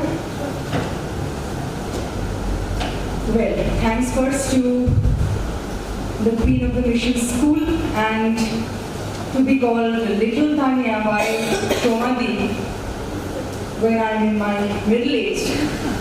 That's really, embarrassing as well as sweet, yes. I must say that I enjoyed myself thoroughly, and as I was listening to you all, I was also thinking of another thing. Last year I had to do a bit of research on social media. So I got myself a book titled 10 Arguments for Deleting Your Social Media Accounts Right Now. This is by Joseph Linger. So this will have connection with the debate that we all enjoyed. So the first question that he asks is, how can you remain autonomous in a world where you are under constant surveillance and are constantly prodded by algorithms run by some of the richest corporations in history, which have no way of making money except by being paid to manipulate your behavior? So when Joseph Linger talks about social media, etc., he also reminds us that all of us have started carrying something called the smartphone, and as Mr. Gooptoo also said, he has been taking notes in his iPhone or iPad and he will preserve them forever. That's very, very positive. But at the same time, Lanier says that it is like a little, it is like hypnosis. Little by little, we are being hypnotized by technicians we cannot see and for purposes we don't know. And I have the audacity to say this in front of a doctor, that is a physician. I'm also a doctor, somebody, but I have the audacity to speak in, but I have the audacity to speak in front of a physician. You see, there is something called behaviorism, and behaviorism caged animals got treats. So we are so used to these treats that we get on social media that we have become addicted. Now the question is why? In this book there is a section on, social media, leadership and political interaction. And mind you, all of the participants, when they talked about good leaders, names like Gandhi and Martin Luther King Jr. came up constantly. And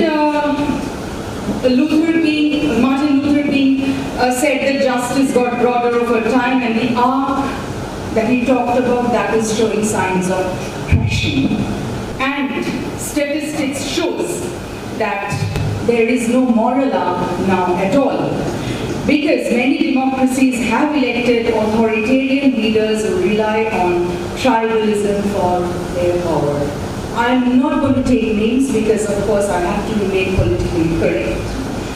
So, if we look at our own state, if we look at other states in India, if we look at democracies all around the world, the problem is we rely less on democracy. But when we think of leaders, we actually probably think of authoritarian leaders, and I mean, if we are to train up the next generation at all, along with giving them good education, we should constantly tell them to stay away from social media, because probably we are all turning into zombies, and probably that is also leading to this kind of a crisis. People don't know who to choose.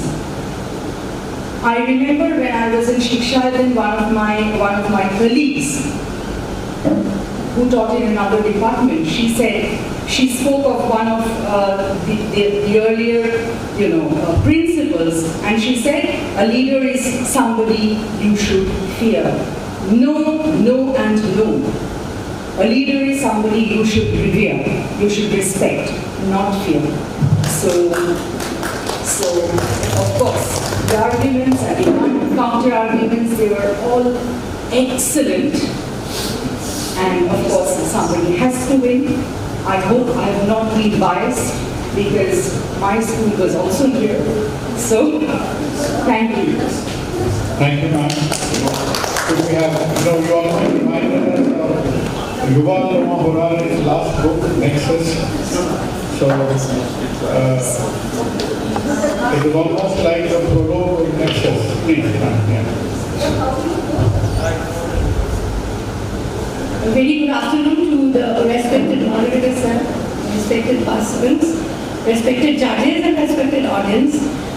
Generally, I come from a field which is viewed as a very, there is a very strong in support for that, and also a very strong against. So, but I must say that I'm thankful to moderator sir that he has said there is a little bit of administration left here. So I take the cue from that, and I would like to tell you that for our if you consider ours, then we the administrators we actually go through our training where we are trained to face the challenges and how to overcome that. And the one very important thing which we are made to learn is to move with your team. So whenever we speak of leaders without a team, leaders without followers is nothing. Now, if I perceive the term leader, it is a common noun as per dictionary, but if I add that ship to that, S-H-I-P, then it encompasses certain actions. So leadership is not about taking charge. Leadership is all about taking the charge of who are with you. That is also equally important. Because we learn to know that leaders should have a shared vision, a shared mission, a shared principle, values, and shared goal. Now in today's world, perhaps the leadership fails because the basic element of togetherness and shared things, perhaps it is not there. But the situation is not the same all around. Still we have examples of leaders, excellent leaders, bad leaders, and failure leaders. But the most important thing is that whenever we speak of the leadership is all about not to, shine like the sun. It is all about also to burn like the sun. You have to take the responsibility. The first and the foremost thing of the leadership is that you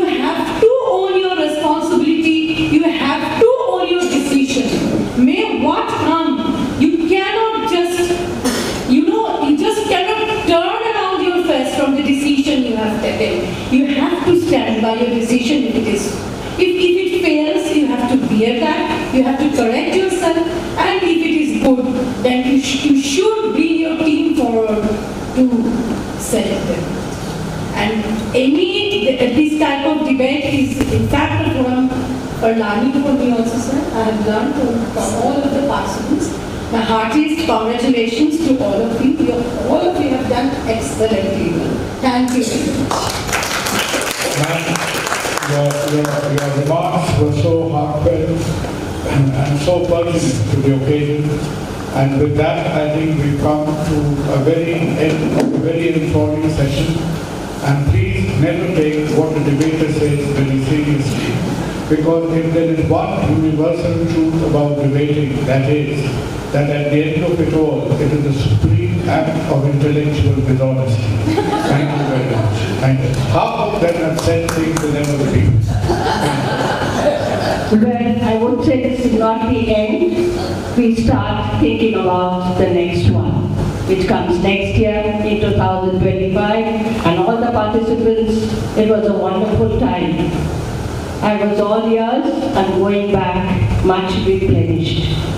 Now, I would request our teacher, founder member of the Alumni Association, Mrs. Prema Majumdar, to kindly felicitate Dr. Sarkar with a gift of love from our side.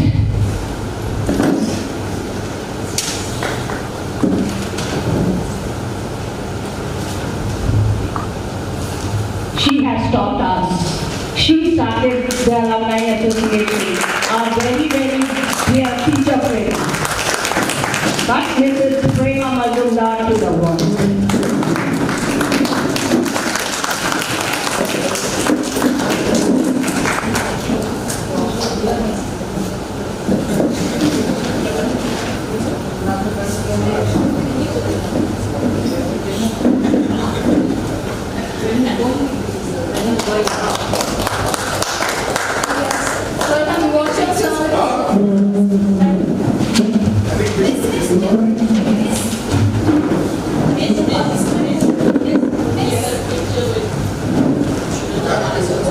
Teacher Minoti, you also come up. Teacher Minoti? Yes. Munira is here. Munira. And of course our judges, though one of them are there, Tanya and Nandini. And I must mention, Teacher Prema is also my teacher. Yes! I have my students here. These are my students. Yes.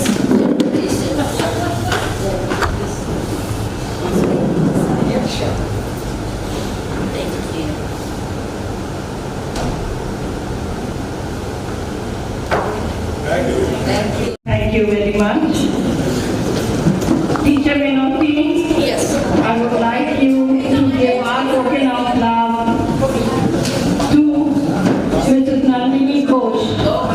Teacher to Nandini. Yes, you take it. Teacher Minoti, you stand there. Who is there? Where do I go? I can certainly ask you about this.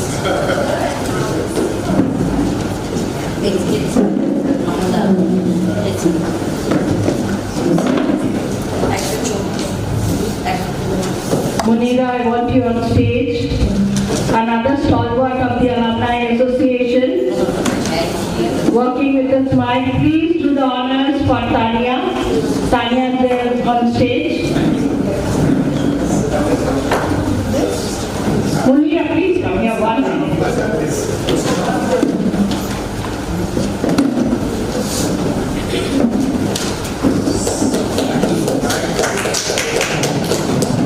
Participants, just wait. We will be declaring the results. We are working on it, and the two judges, if you could wait to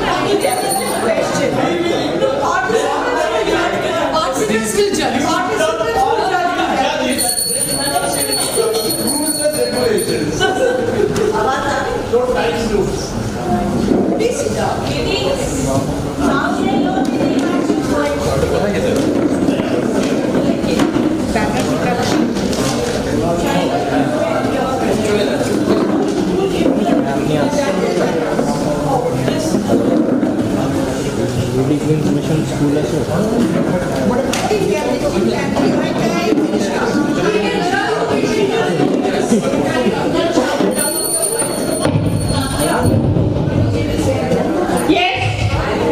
get down to business. All that we were working for from the morning, and the whole school was working for a few weeks. Okay? First runners-up school, St. Xavier's. I request our judge Nandini to give out the prizes. Participants, please collect your certificates after this, it's ready.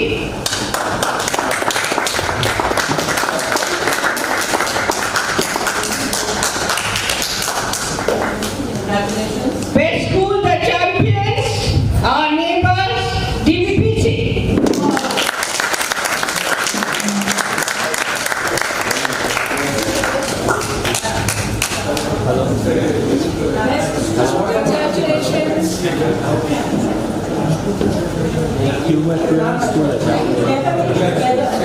Tanya, please do the honors.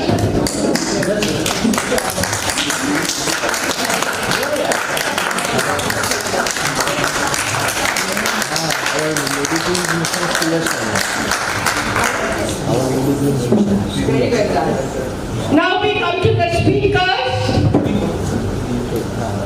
First runners-up, Yashrup of St. James.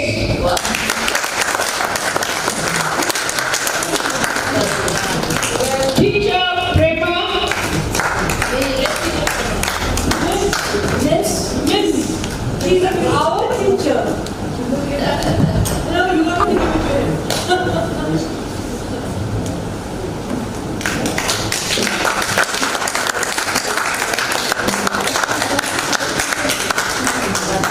Best speaker, DPPC Shubin. Teacher Vinoti, kindly do the honors. The most talkative teacher.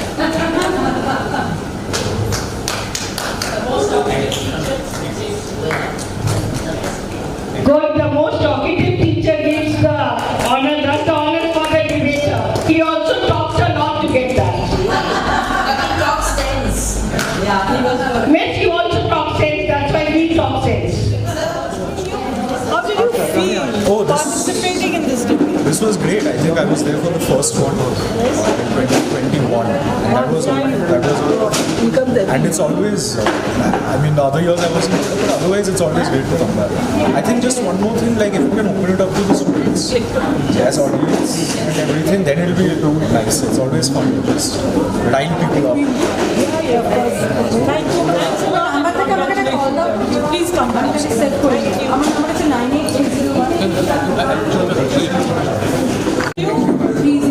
what are your feelings participating in this? Very nice for me.